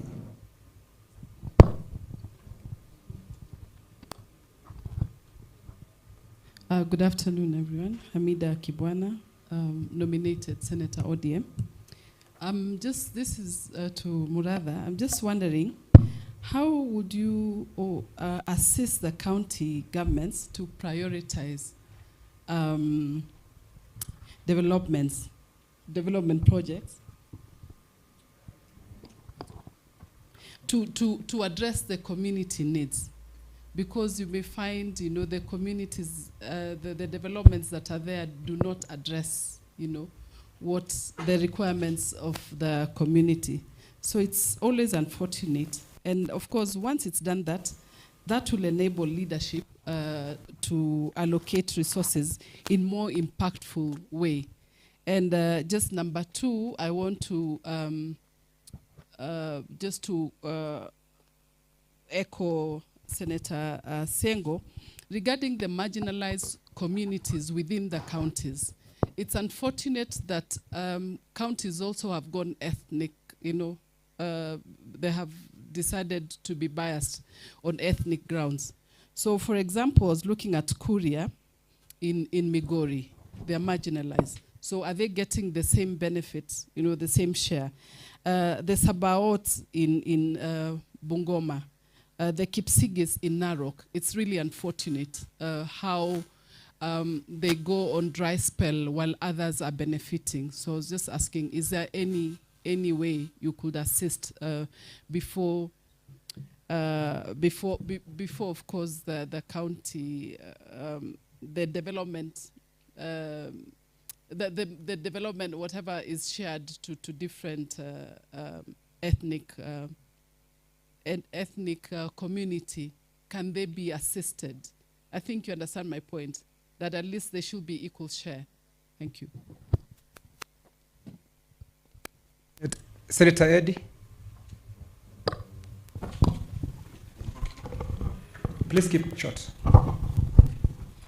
Sure. Again, I'm Senator Eddie Okech, representing the people of Migori. Thank you so much for your presentation. I just wanted to ask whether there's an opportunity in your KADP program, the Kenya Accountability Devolution Program. For one of the things that we have observed in our counties and even in the recent drama that we are seeing with different governors is how to deal with the issue of wage bill in public sector.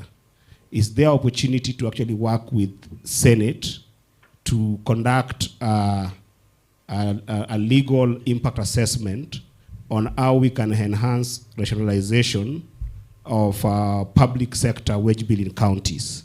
And along that, is there an opportunity in that program to be able to also work with the senators to help counties with proper allocation of development projects?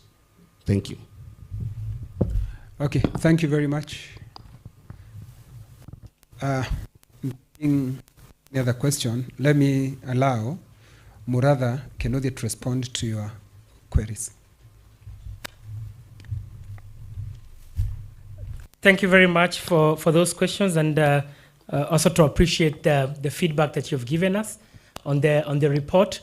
I should actually acknowledge that, and you will see that in the beginning, we had a steering committee that was overseeing this piece, and the Senate was part of that committee, and we want to thank the clerk and the staff that he had seconded, but also other institutions like CRA and so on that were part of that. The chair of IGRTC was then a consultant who was leading on that. So you'll see it's people who have been involved in devolution, and we're happy that you find it useful. On climate change, just to say that one of the programs I lead on, and which is also part of the bill, is the Financing Locally Led Climate Action Program. What we've seen globally is that only 10% of all this climate finance that you're hearing people talk about globally, only 10% reaches the local level. So this program is trying to address that here in Kenya. It's going to channel money to counties, but then all the way in terms of projects that should be implemented at the ward level, whether it's in the area of agriculture, water, natural resource management. So we do hope as leaders that you can at least acquaint yourself with this program, so that ensure it's well spent. And Senator, as we said, the break, would be quite happy to see how we can work with the caucus around some of these issues, and I'll follow up with you, and maybe we can have a formal meeting afterwards. Fully agree with you on focusing on the outcomes. I can tell you that even at my own level, the big push I get from my bosses is, okay, you've been saying you're working on devolution. We no longer want to hear process. We want to hear how is this directly, and that's why we titled this report, Making Devolution Work for Service Delivery. Conditional grants. So first thing, maybe also as a Kenyan and Governor Mandago, Senator now, I always struggle when we call this bank money, because this is our money as Kenyans. We're the ones who are paying for it. So one thing I always encourage, because I know even when, and like for instance, Uasin Gishu did really good work, but sometimes I would hear, and it might even have been some of you, you'd say, Governor sijiringe na iyo ni ya World Bank. I remember like your former colleague, Senator Nyong'o, now governor, was being told, don't talk about the improvements in Kisumu town, that is World Bank. I think even Kilifi, you are hearing the same. But I know the amount of thinking, planning, that for instance in Kilifi, the meetings that we had with your speaker, in planning of this, the number of meetings that we had with Senator Mandago when he was governor, and ultimately it's Kenyans who are paying for this. So I think, first of all, we need to change that mindset, because we are paying for it. And to be quite honest, and that's why now going to the question that was asked on accountability, many of these programs are relying on Kenyan systems. So there's definitely a role for Senate in the accountability. I know there's a pending legal issue, so that's not for me to speak to, but I know the COG had gone to court on the issue of conditional grants. But let me say that we really would want to see a stronger role for Kenyan institutions in holding those who are implementing these grants to account. And that's why you had me saying I'm very happy, because we are not naive as the bank. We do know that once these monies go out, there's things that sometimes are not working right. Though I have to say, and maybe I'm biased, is that I think on balance, we have seen very good delivery by counties and timely. There's things that would have taken us very long to do if we were channeling the same funds through certain national government ministries. So we are not eyes blind, but please do help us on that issue of accountability. On the political popularity, because Senator Mandago is my friend, I can also reply tongue-in-cheek in terms of why some of these are popular. You know, when we would release the Kenya Urban Support money, some governors, not to Singishu, their first request would be, can I buy tippers? Because that is big procurement. But we'd say, okay, you know, and you knew my colleague Abdu, his usual style, Governor, tipper ni mzuri, but are you also going to have a program to sensitize people on how they manage waste and so on? So it's not just about buying the tipper. So similarly for ECD, I think, and I've been quite happy, as I said, I was quite surprised at how much work has been done on ECD.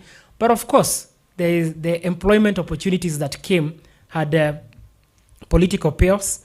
I come from the school of thought that all development is political. I'm not naive.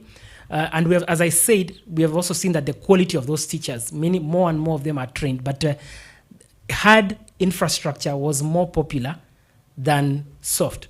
I know right now, even with this climate change program, we are trying to say, don't just focus. I hope all the money will not be spent on drilling boreholes that 2 years down the road might not be used. Look at how do you rehabilitate springs and other water sources. You know, we're in Vihiga. We are telling them you get 1,800 millimeters of water, of rainfall every year. Why do you have a water problem? So then they told us the springs. So sometimes the more difficult things to do are not easy. In agriculture, tractors, inputs are popular, but we have underinvested in extension. You know, we'll wait and see whether maybe it was the right call. As I said, we don't have the data. Capacity building, a lot of the programs we do have been on capacity building, both the provision of capacity building, but actually one of the programs that was designed by Madam Kiringai when she was still on our end, and which I then led when she left together with Abdu, the Kenya Devolution Support Program.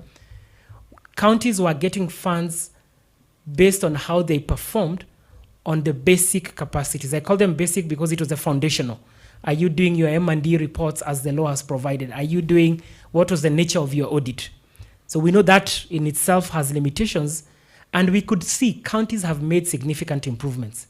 So I know the technical answer, yes, is capacity building is good, but I can tell you that counties have got significant capacity. I engage with those people every day.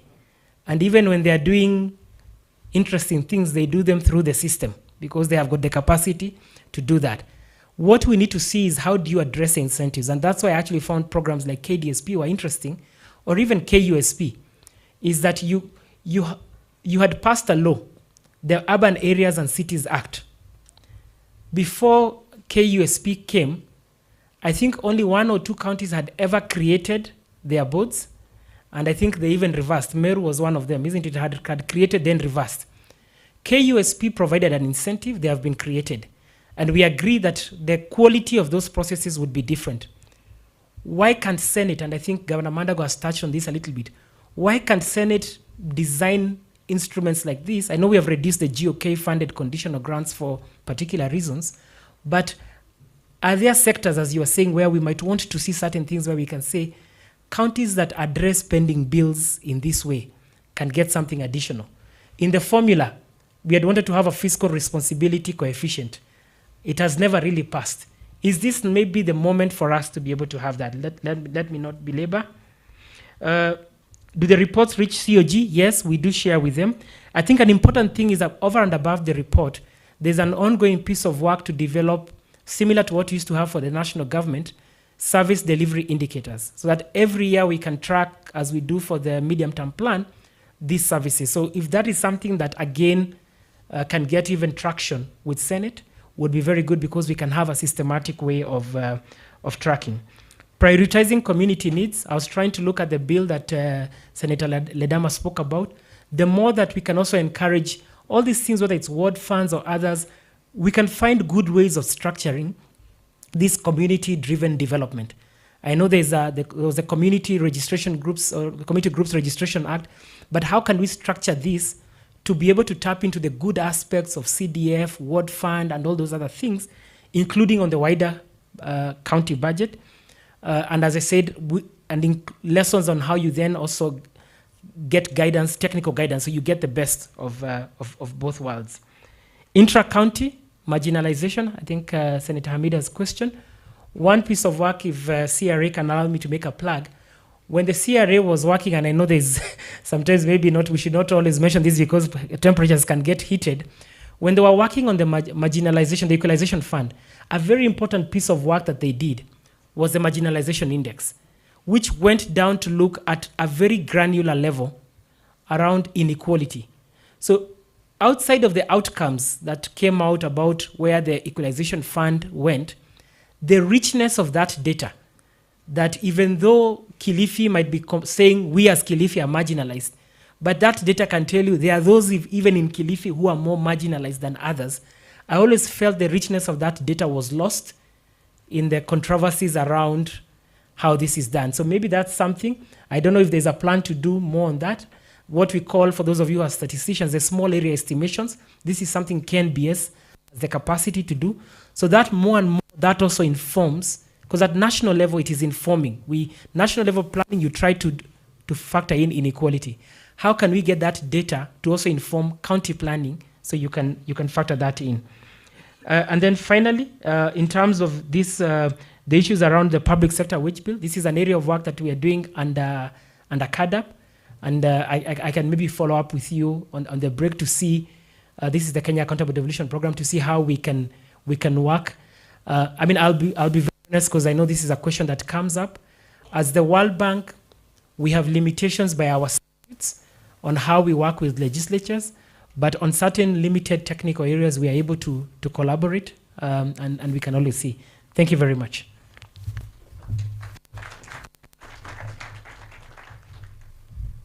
Let's give him a round of applause again.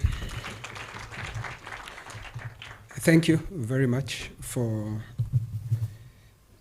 following and asking questions, which I believe they were all answered. And if they were not, he's still around. Now we are going to the next session, which is Parliament, Parliamentary Service Commission, and Parliamentary Service.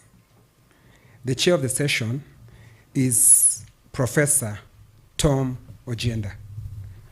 Pigeni kofi napokuja.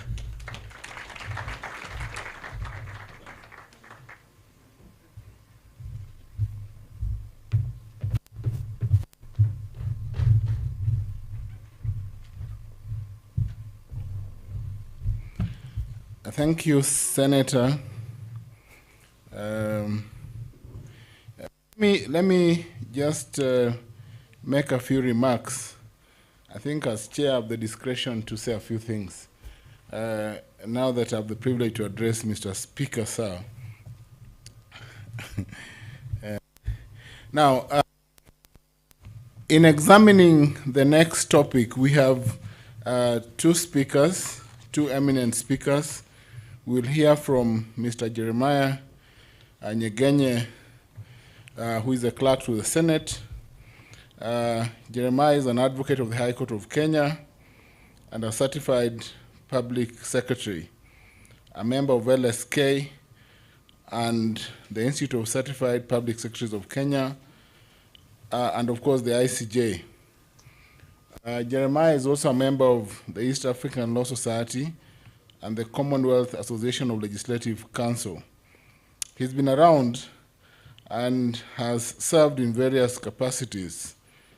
A graduate of Blavatnik School of Government, University of Oxford, holds a Bachelor of Degrees from University of Nairobi and a Master of Laws degree in Public International Law from the University of Nairobi as well. Now, Jeremiah has experience in legislative drafting, like myself, from the Institute of Advanced Legal Studies of the University of London and the International Legislative Drafting Institute of New Orleans and the International Law Institute. Welcome, Jeremiah. I think that would be our first panelist.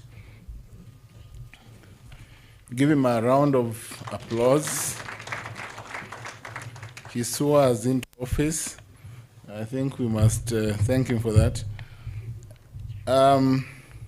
The second presenter, just to call her to the front, is Dr. Naomi Shaban, who is the outgoing Vice Chair of the Parliamentary Service Commission.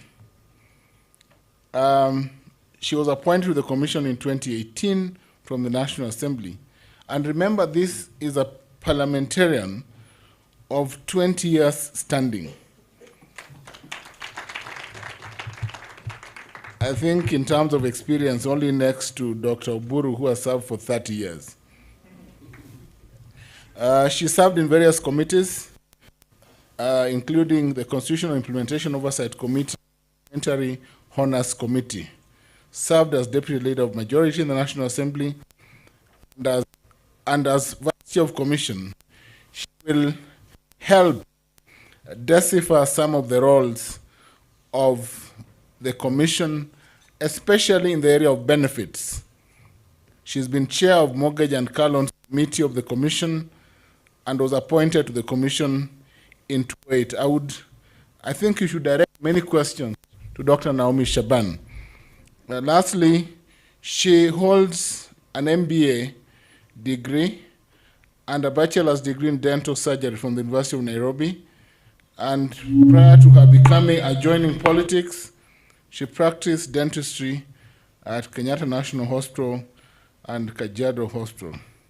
Let me add that she also loves reading novels and watching movies. Please welcome to the front. The third panelist will be Rachel Ameso. Ameso is the female member of the commission. You know, there are 2 slots that are filled after the 7, the male and female. She's the female member of the PSC. She has been in this position since July 2020. Has been a member of many committees within the commission, including the audit committee, and she ensures that systems in Parliament work. She's a qualified HR practitioner with over 26 years experience, currently pursuing her PhD in International Studies at the University of Nairobi. She holds an MBA and a Bachelor of Business Administration from the same university. She's been in the commission and will give insights into some of the skills, some of the legislative functions and watchdog building skills necessary for members. Prior to appointment, Honorable Meso worked in various private firms, including Fast Track Group of Companies, Nairobi Share Logic Management Consultants, and the Kenya Secretarial Consultants Limited. Rachel, welcome to the front so that you can share insights. Now, members, let me just make a few remarks under your watch this afternoon. For those who are part of the Senate group, you know that I've been very critical about some of the services offered in Senate, partly because I also have a history of service in the Judicial Service Commission, the equivalent of the Parliamentary Service Commission. Now, we will be examining, therefore, the provisions of Articles 127 of the Constitution, read together with 128, and the provisions of Part 15 of the Constitution on independence of independent commissions, their functioning, but also the role of the SRC under Article 230. One individual who will confess his sins today before you is Okia Omtata. with whom I continue to litigate a matter where I am defending Parliament and members of Parliament, and Okiya Omtatah sued Parliament and senators for payment of those allowances. I think we're in the Court of Appeal. I will give insights into that. But largely, apart from the composition of the PSC as set out under the Parliamentary Service Act number 22 of 2019, and I think questions have been raised about the representation, the ruling party with 4, the opposition with 3, coming from both houses, the chair being the speaker and vice chair, that one, there's need to think about equity in apportioning those numbers so that we have equal representation, so that Senate is not the weaker party that is represented. Number 2 for me is the importance of Article 127(6) of the Constitution on what would be included in the provision of services and facilities to ensure efficient and effective functioning of Parliament. This is the mandate of PSC. And I think that, and we will get the interpretation from here, but those are some of the questions that need to be responded to. Of course, that would include things like traveling to seminars by bus and those other things that you are facilitated in the most efficient way to ensure your comfort and delivery. Having enough services from your PAs, I think we've raised that, drivers and such other facilities. Now, there's a sticky issue that we've been litigating. Whereas for the speakers of both houses of Parliament, and I see now that under the new circular, the SRC has set out house allowance for various cadres. That is the Nairobi House. There was the question of the payment of facilitative house allowance as part of the interpretation of Article 127(6), and whether senators are entitled or should be facilitated when undertaking oversight roles at their home counties or in the county. That's a question for consideration, and I'm glad that someone raised the question of offices for senators out there in the county. That is something that the PSC should think about. And because the express definition of Section 11(1), of the PSA Act 2019, specifically addresses the question of facilitation, I want us to raise things that would help strengthen what we call services, because Parliament under Article 249(3) is enjoined to allocate adequate funds to enable each commission and independent office to perform its functions. And the budget of each commission and independent office shall be a separate vote. I think this ties to the question of budget, and I think Olekina or Senator Olekina, Senator Onyonka spoke to the budget question, that if we don't participate in the budgetary process and do not bring out what Senate requires, then there's no way you can then complain having sat back and let him do what he wants to do. So I think that's something that we must take an interest in. I don't want to take my time because I'm simply a chair, but let me point also to the fact that this perhaps is the occasion for us to raise questions and concerns about the constitutionality, the appropriateness, and the adequacy of the legal notice that was published by the SRC on the 9th of August 2022. It has various provisions.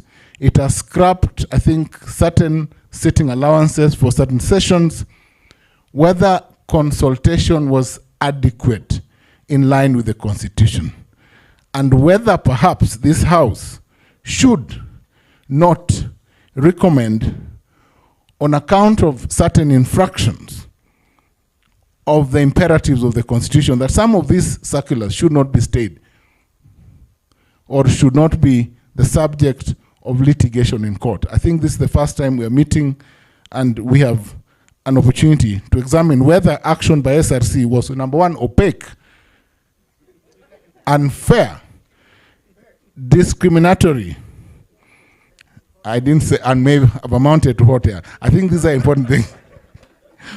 Senator Alwale, this is your chance to think about some of these things. And I'm especially concerned about the imperatives. Remember, members of parliament enjoy a status equivalent to judges of the High Court. As much as possible, therefore, you should be equated in terms of facilitation and allowance to judges of the High Court. And I get disturbed when I look at the equation and the services enjoyed by JSC, and I wonder whether we have considered that we should try and push even for better for members of parliament. So Gazette Notice CXXIV of 145 of 2022 perhaps should be open to question by members here. Lastly,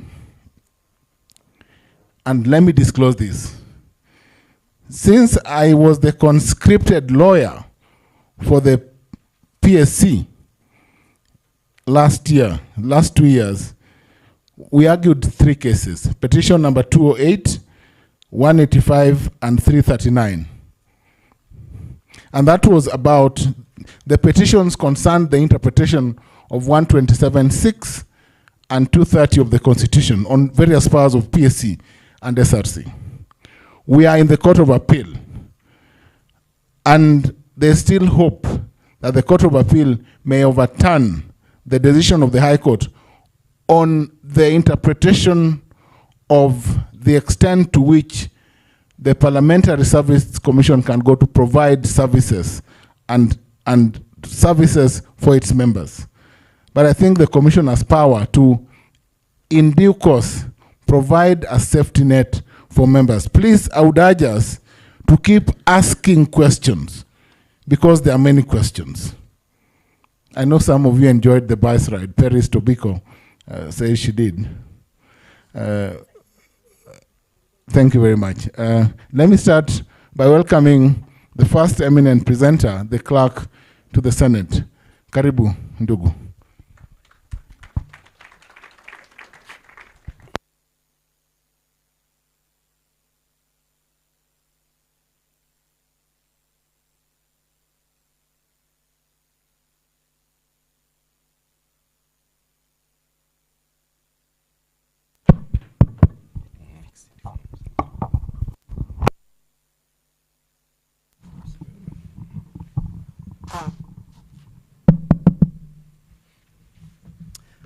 Thank you very much, Professor Tom Ojienda, Senior Counsel.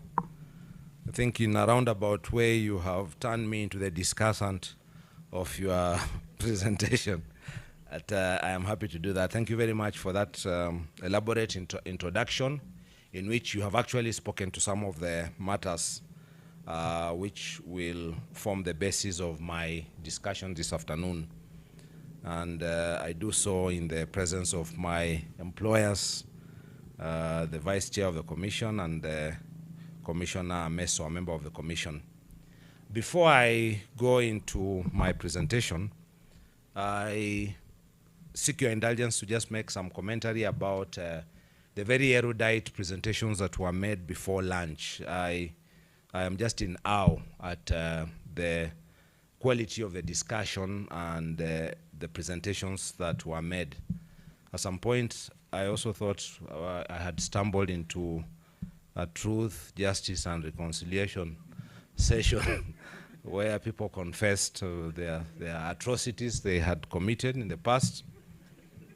What I don't know is what happens thereafter. There needs to be justice. You don't get away with atrocities like those. And then reconciliation follows.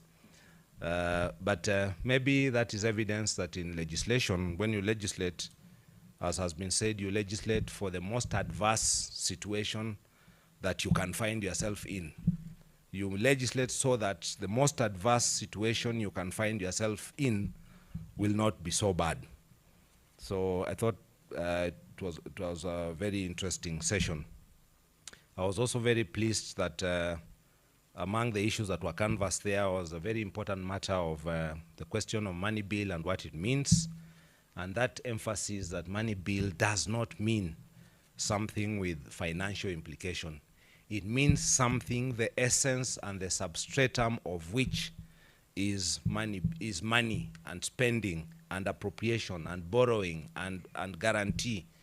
And absent of that, there is nothing. It means something which, without which, if the taxation, if the appropriation element of it, if the borrowing element of it is removed, then there is no bill left. Then that's a money bill.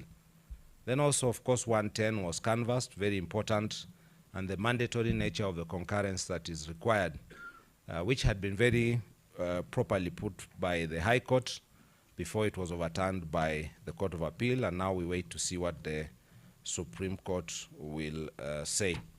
But coming to my discussion, I want to speak a little about I want to speak broadly about the Parliamentary Service Commission. In fact, if you could just go to the next slide.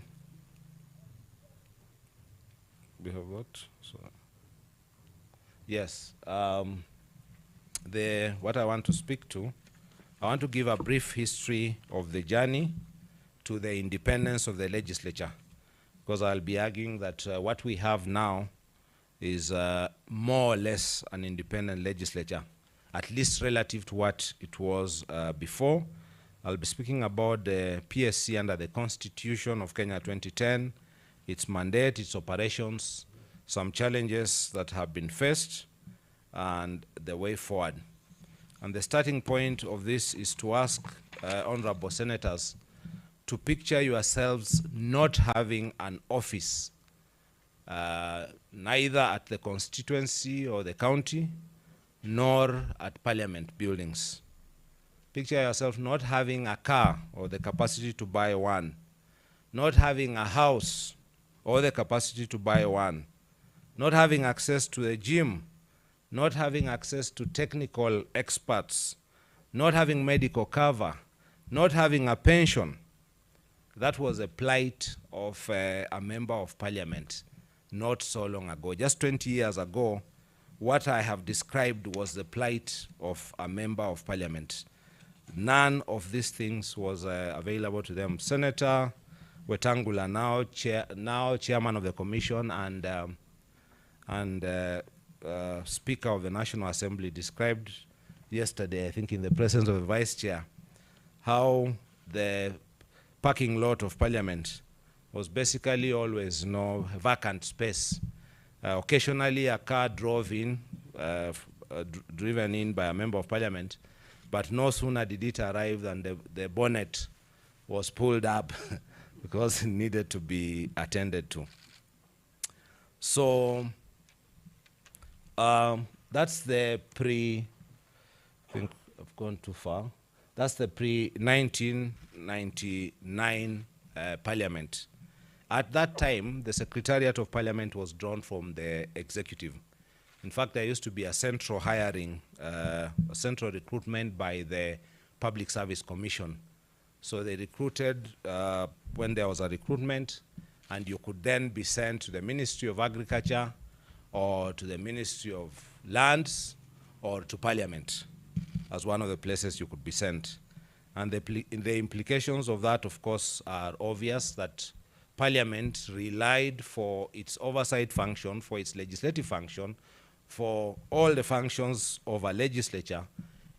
The Parliament relied on the executive to provide it with that, with the secretariat that it needed in order to oversight the executive. And the consequences of that was, of course, a Parliament that was not fit for purpose. And many of you experienced that, or at least read about the kind of Parliament that we had. it was not a satisfactory situation, and many members of parliament were unhappy with that set of circumstances. And there were many initiatives, chiefly in the form of motions, because in those days anyway, you could not bring, if you are backbench, if you are in the government, you couldn't bring this, you could not bring this change about. And if you are in the backbench, you also couldn't bring this change about, because in those days, you could not bring a bill as a private member, because before you brought a bill, you required leave. You brought a motion for leave to bring a bill, and that leave would be denied because the government side would not support that, would not support the granting of leave to you as a member of parliament to bring a bill, which would then bring the changes that were sought. But so bad were the circumstances that eventually there were many attempts by the Seronis, the Shikukus, trying to call for a change in the terms and circumstances of members, provision for emancipation of parliament from the executive. It's a long story, but eventually in 1999, circumstances, the situation was so bad that the preponderance now of the membership of parliament broadly agreed that it could not, the situation could not remain the same. And therefore, when the Honorable Loa Ringo brought a motion for leave to bring a bill to make a change to the constitution to emancipate parliament from the executive, that motion was actually passed. There was a lot of canvassing, and the government made every effort to have the motion not pass, but it did pass. And when it passed, the next hurdle was who drafts the bill. In those days, all bills were drafted by the Office of the Attorney General. And it's an interesting circumstance of history that when the Honorable Loa Ringo was then allowed to, when the motion was then passed, he was asked to seek the help of the Office of the Attorney General for the drafting of the bill. And yours truly, then a young officer in the Office of the Attorney General, actually had the opportunity to be the drafter of that bill. So thank you. Thank you. Little knowing that in time to come, many years later, I would come to have this association with the Commission. Maybe further testimony that when you draft a bill, draft it or draft legislation for the most adverse situation, and if it finds you there, you should not be very uncomfortable. So, don't know whether I'm in the right place.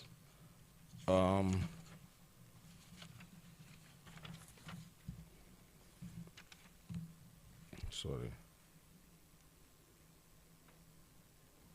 Yeah, so when the bill was, when this bill was drafted, it was, it led to the introduction into the Constitution of Section 45B, which provided for the establishment of a parliamentary service, and for the clerk of the clerk and the secretariat to be appointed by Parliament itself. Now, when the new Constitution was, and that effectively established the Parliamentary Service Commission, and when the new Constitution, now the Constitution that we have, was enacted, the Commission was then re-established under Article 127 of the Constitution. And it was also entrenched, as Senior Counsel said, in Article, in Chapter 15. It's one of the Chapter 15 commissions. In terms of membership, the Commission has 10 members, the Speaker of the National Assembly as the chair, 7 members appointed by Parliament, of whom 4 are nominated equally from both houses by the party or coalition of parties forming the national government, and 3 are nominated by the parties not forming the national government, at least one of whom is to be nominated from each house, and at least one of whom is, shall be a woman. When we say, and now it seems to be broadly accepted in the Senate, that there should be an equality of numbers in the commission, that equality by operation of the Constitution can only be achieved by the help of the party not forming government. So in the current situation, only the party not forming government can help the Senate to have an equal number of senators in the commission, not the party form government, and that's because of the composition. So if you look at that composition, 4 nominated equally by the party forming government, and that's split between the 2 houses equally. So 2 men and 2 women from the party forming government. Then the 3 from the party not forming government, 1 must be from either house, but the other one is not allocated. So only the party or the parties not forming government can decide to have the one that's not allocated go into the Senate, so that we then have 4-4. Because the speaker is from the assembly. If the party forming government has a 2-2 from each house, then the assembly has 3 and the Senate has 2. Then of the 3 that are left, if the party or parties not forming government have 2 of them from the Senate, then we have 4-4. And 1 from the National Assembly, then that leads to 4-4. But what has invariably happened is that the argument has been made that the National Assembly has more members. Therefore, at least for the parties not forming government, they always give the Assembly the 2. And then they have 1 from the Senate. And if that happens, then it becomes 5-3 in favor of the National Assembly. I hope that that point is understood, because only the parties not forming government can help us to have 4-4 and therefore to have some form of parity.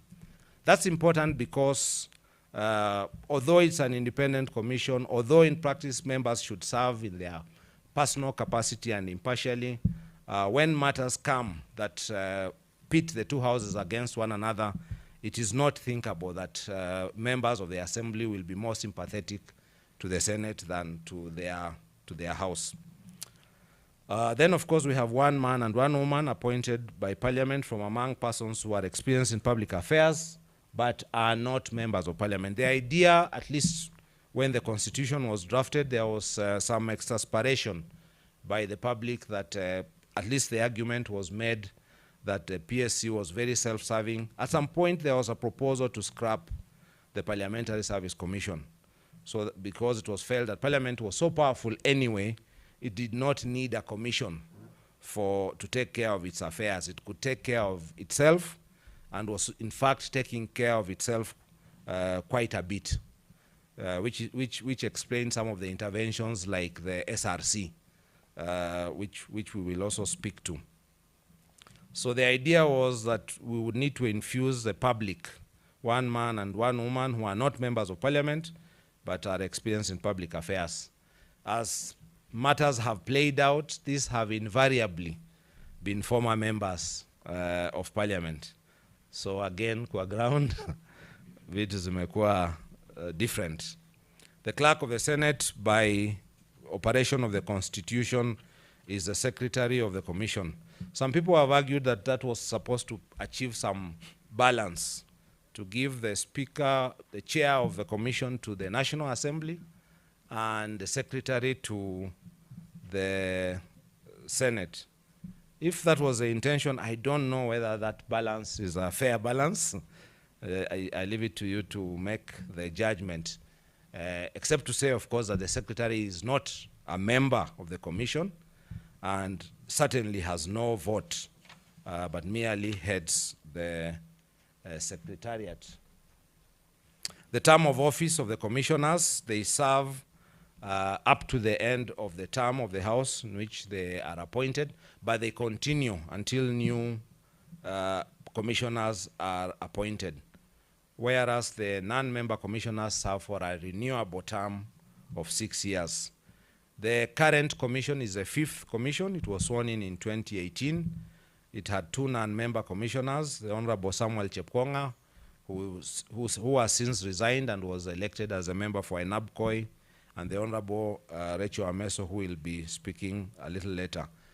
Upon the resignation of the Honorable Chepkonga, a vacancy was created, which has not yet been filled. So there are some interviews are impending for that position. To speak a little about the mandate of this commission is primarily the provision of services and facilities for ensuring the efficient and effective functioning of Parliament. It's also responsible for constituting offices in the parliamentary service and appointing and supervising office holders, preparing the estimates of expenditure for submission to the National Assembly, and exercising budgetary control over the service. Again, of course, that underlines the importance of having an equal number of commissioners for the Senate, because this is the commission that is responsible for presenting a budget to the National Assembly, again to the National Assembly, for passage by the National Assembly. So the importance of being able to have an equal say in that budget for both houses, which will then go to one house to determine for itself and for the other house, is an important point to note. In terms of the operations of the commission has 7 committees, and it operates, it receives and processes matters from a board of management. These committees are a committee on finance, which oversees the overall financial matters and funding for the commission, a committee on members' welfare, which considers all matters relating to members' welfare, including remuneration, offices, staffing, constituency offices, and all that. This is very important, and the choice of Professor Senior Counsel Agenda. In fact, one of the observations I made when we were having the morning presentation is in terms of titles per capita. I think the Senate has the single greatest concentration of titles per capita. Senior Counsel, Governor, Senator, Governor. I think when you become a Senator, then Governor, then Senator again, I think that's Senator, Governor, Senator. A committee. So the beauty of this commission is that all the matters that Senator Ojienda was canvassing on WhatsApp and all the matters that can trouble the members of Parliament, they have with them their colleagues responsible for addressing those matters, all of those matters. At least that was the case. It was until SRC came along. So SRC has somewhat interfered with that, as we shall see, but broadly, no one is in a position such as the one occupied by members to have among your colleagues the power to make a determination on all matters of which they themselves, along with yourselves, are challenged. Any challenge that you have, along with the commissioners themselves as members of Parliament, you are able to have them address through the commission. And walking in is a former commissioner, Senator Julius Murgor. You may not know, actually served as a commissioner the last time he was in Parliament before now. Then there's a committee on staff welfare, which is responsible for considering matters of appointments, promotions, discipline, all matters relating to staffing. A committee on tender and procurement, oversighting procurement within the service. A committee on security and development, which is responsible for projects, acquisitions, and refurbishments. A committee on information and public communication, in charge of managing the image of Parliament and parliamentary outreach. And a committee on audit that has been chaired by the Honorable Ameso, which is responsible for the audit function in Parliament. In addition, the Commission also has a Center for Parliamentary Studies and training, and a board that oversights that training center. And the chair of the vice chair of the commission is the chair of that board. The commission is responsible for the parliamentary service.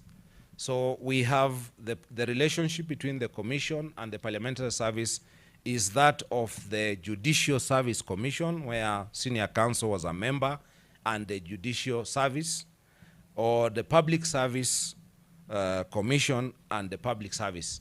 So the effect of the changes that were made to the Constitution was to remove the bureaucracy of Parliament from the mainstream public service and the Public Service Commission jurisdiction to be under to be a separate service serving Parliament, known as the Parliamentary Service, under the superintendence of the Parliamentary Service Commission.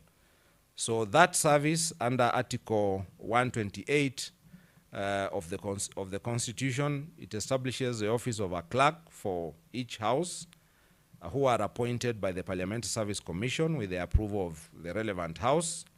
And then the offices of these clerks and of the members of staff who serve these clerks are offices in the Parliamentary Service, the civil service of Parliament. Then there's an Act of Parliament, the Parliamentary Service Act, which makes further provision on the various aspects of the functioning of Parliament. This service, the Parliamentary Service, has a wide range of professionals offering technical and administrative services to Parliament. How we are organized, how the Parliamentary Service is structured, it has within it some 3 other services. So the Parliamentary Service has in it 3 services: a National Assembly service under the Clerk of the Assembly to serve the National Assembly, a Senate service under the Senate Clerk to serve the Senate, and what is described as a Parliamentary Joint Services to provide services that cut across the two houses, and then the Center for Parliamentary Studies, which provides training and capacity building in the service. In terms of accounting, the clerk of each house is the accounting officer for purposes of that house. That was not always the case. At the start of, in 2010, at the start of the bicameral parliament, the clerk of the Senate, the secretary, was a single accounting officer for the entire service. But by amendments made by the National Assembly, the accounting officer for the National Assembly became the clerk of the Assembly.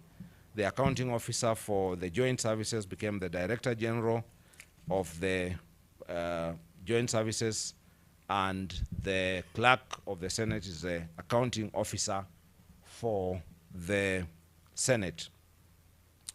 This act, the Parliamentary Service Act, I said it was first enacted in the year 2000 following the Oloaringo constitutional amendment. At the advent of the new constitution, it was saved, but it was required to be updated and brought into sync with the new constitution. It was expected, it would be expected that such an enterprise would be undertaken by both houses. It was not. It in fact became a very controversial and very contested act. And among the confessions that were made earlier today, maybe this was going to be one of them. Eventually, this act was passed by only one house, by the National Assembly, to the bitter protestation by the Senate. Eventually, the act has been declared unconstitutional by both the High Court and the Court of Appeal, but they have fallen short of declaring in their final dispositions that it is annulled. So its status now, at least senior counsel perhaps would explain, as far as I am concerned, it is unclear, because both the High Court and the Court of Appeal have said that not having been passed by both houses, the Parliamentary Service Act is unconstitutional, but they have left it there. So that this Fourth Senate may consider how movement might be made from there. Let me say something about the achievements of the Commission, and I will be coming to an end very shortly. There is a strategic plan currently in place, 2019 to 2030, with 7 pillars covering various aspects of services and facilities to Parliament, a pillar of effective representation, a pillar of assisting to achieve legislation and oversight, excellence in service delivery, enhancing public trust, implementing an e-parliament, so you see gadgets in the chamber and iPads and trying to reduce on paper, embracing green compliant parliament, providing modern facilities, secure working environment, all the way to sustaining the financial resource base. Access to information has been enhanced by this parliament. Now we take broadcasting of proceedings in the 2 houses to be routine. This was not always so. This was an introduction of the Parliamentary Service Commission in the 10th Parliament. Remuneration and benefits very much improved since the advent of the Parliamentary Service Commission. The terms and conditions of members are unrecognizable from what they were before the advent of the Parliamentary Service Commission. We have, of course, a motor vehicle reimbursement, medical cover, personal accident cover, constituency offices, the entire range. We also have provision of offices. I spoke about that having been absent in earlier days. Members would try to meet their constituents wherever they could. There was, when I worked at the State Law Office, there was a small restaurant across the road, Sharia Cafe, and members would meet constituents there and probably buy tea as they did so. Rehabilitation and refurbishment of the 2 chambers. Members with disability facilitated. Lactating mothers, you probably may not know, honorable senators, we have a nursery, a creche in Parliament. Members of Parliament are getting younger and younger. Members coming to Parliament are younger and younger, and provision is made for lactating mothers and a nursery where babies can be attended to as mothers undertake parliamentary business. There have been acquisition of more buildings to create more office space. You've seen the tower, the Bunge Tower coming up. Shortly it should be ready for occupation. Some of you have been unamused by the offices we have provided in KICC, but hopefully sooner rather than later, you will be moving into better offices provided courtesy of the PSC. Mortgage and car loan facilities, some of that will be spoken to by the Vice Chair. We are even undertaking now a Center for Parliamentary Studies project, an ultra-modern center for training, but it also serves as a club, a place where former members of Parliament can be can have a club where they can be going to a gym or to meet other members instead of the indignity of sitting in the lounge. Yes, the Honorable Onyonka, Senator Onyonka can recognize that. The indignity of sitting in the lounge and ambushing sitting members, and it has not been very good. So a dignified place is proposed by the Commission where members can meet, former members can meet and interact with dignity. There is an ongoing integrated security management system. If you go around Parliament, you will see a lot of works going on to enhance security of Parliament. The twin challenge of public access versus security is not just our challenge, it's a challenge of parliaments all over the world. On the one hand, it's a people's parliament, they have access, they must be able to come and meet their constituents and interact with legislative business, but on the other, the security challenges lack everywhere.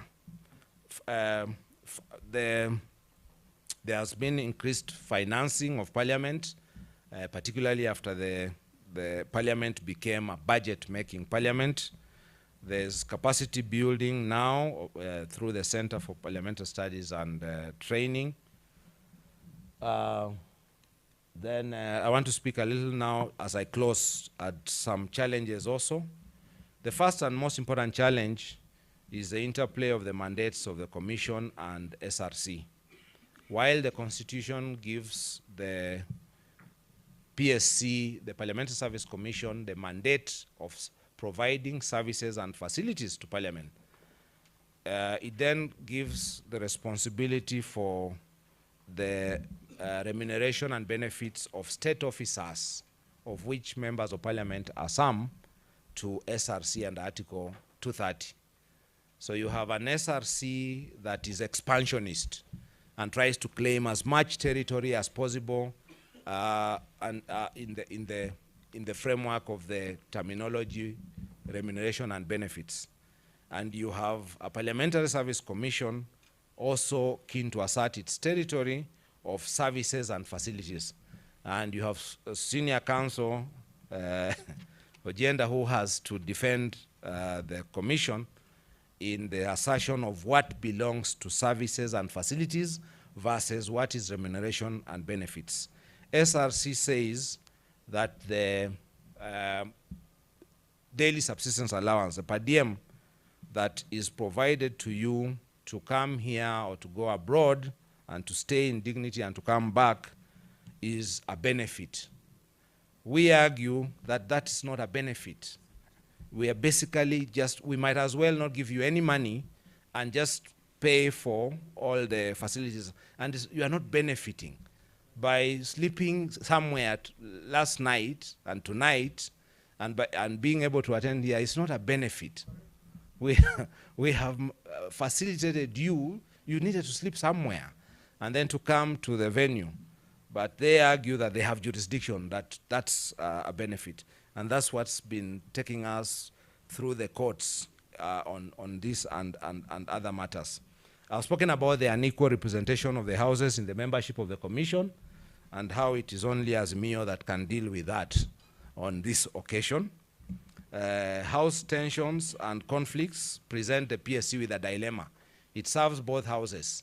If there's conflict, then it puts a challenge on the Commission how it should deal with conflicts between the two houses. We have structural and organizational challenges. Important services which the clerk of a house should provide to you are domiciled in a joint service over which the clerk has no jurisdiction and is not the accounting officer.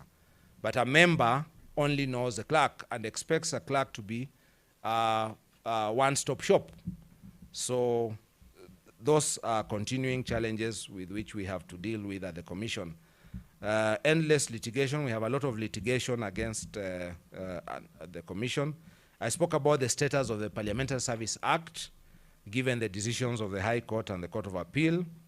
We continue, resources are not enough, so we continue to have pressure on resources, committee rooms, offices, other facilities. Security challenges in Parliament, we continue to work on those. Then, of course, there are threats to the apolitical and non-partisan character of the parliamentary service. You have staff who are apolitical and non-partisan, and you have their employers who are totally political and partisan. So that presents interesting challenges. For example, if you have the employer who has to discipline a staffer who is their constituent and for whom they are their direct advocate or representative. So interesting challenges because of those are congenital to the nature of the service, the nature of the Commission that we have. But in conclusion, in spite of everything, I think it is true to say that the establishment of the Commission represents probably the greatest single achievement of Parliament since independence. Whatever may be the state of Parliament now, those who have served before can attest that we are way ahead of where Parliament was or could have been. And when you meet colleagues from other jurisdictions, they think that the Parliament of Kenya is much to be emulated. When you have many parliaments where still the whole idea of constituency offices is novel and unheard of, where offices for members of parliament are not there, kind of facilities like mortgage and car loan and car grant, none of these things are there. So there are a lot of your colleagues around the world, in Africa, here and elsewhere around the world, who think that, and I think it is true, that the Parliament of Kenya has made tremendous progress and is much to be emulated. We have seen this model of the PSC now replicated with varying levels of success at the county assemblies through an initiative of the Senate. I want to leave you with some thoughts. One, that the Senate needs to secure greater participation, take interest in the PSC. The clerk, the secretary of a commission cannot secure much without the support of the commission. Indeed, the secretary is in an interesting place because he has two speakers, the only person who must serve two speakers directly. And the two, one as the chair of the commission, and the other as the Speaker of the House. And the Speaker of the House is not a member of the Commission. And also you need to think through the Parliamentary Service Act and what needs to happen. Both houses need to be involved in developing a legislation that works well for both houses. But tremendous strides have been made. Change is incremental, it can also be radical. The PSC is out there. It is your commission. Do with it as you please. Ask of it whatever you please. Thank you very much. Thank you so much, Mr. Clerk. You have that presentation was enlightening, and I think we have learned a lot. I only saw the two smiles from Senator Oruoba and Senator Mutinda when you mentioned the existence of a crash. I think that's a very good thing for Parliament. So let me just add that I think in some of the challenges, this is the time when, as Muma will tell you, when you are saved, you put Jesus down first and you deal with the problem. So when you have all these problems, put your political parties down there, come together, Senate, and deal with some of the challenges so that we have a better service. And we hope that the Speaker shall lead us to Canaan. Now,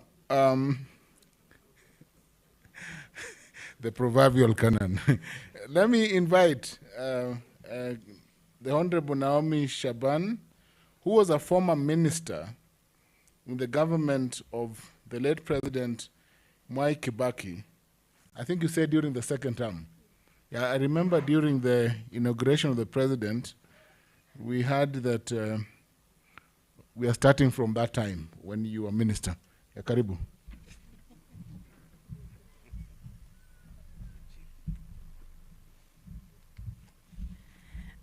Thank you, Chairman of the session, the moderator of the session, Professor Ojienda.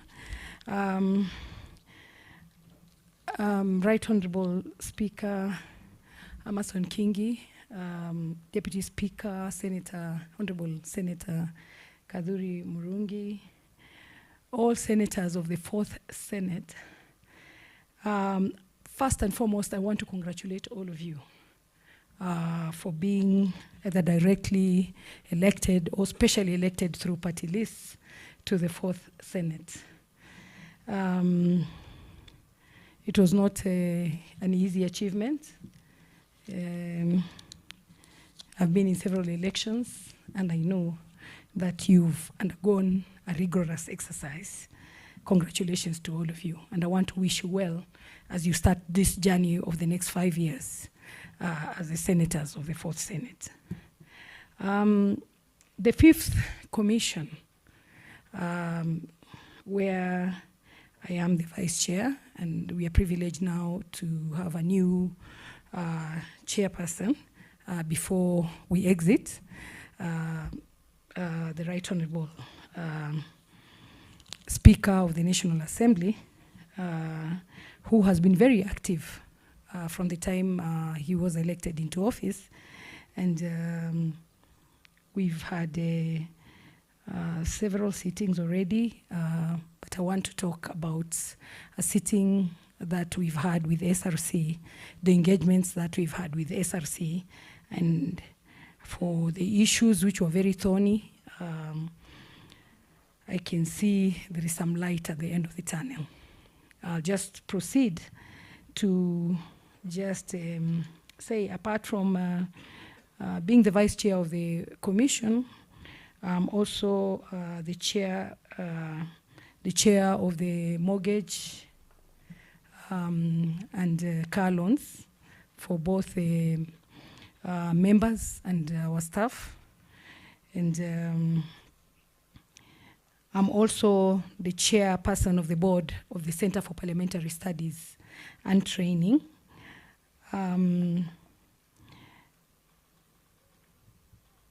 This fifth commission has had,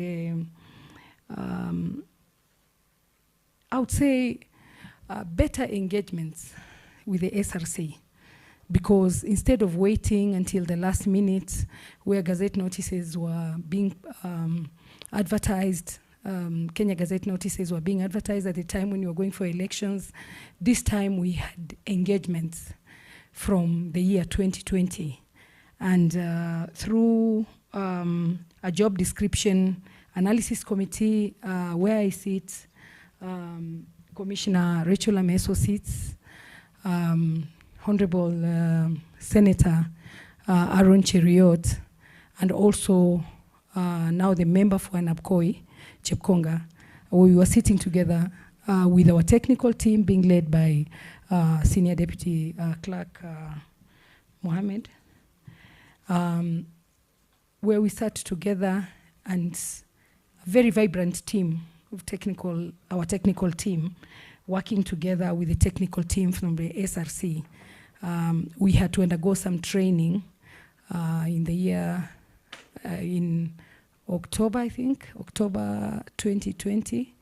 And before then, we had prior engagements with the SRC, being led by the chairperson of the Fifth Commission. And a lot of work has gone into that.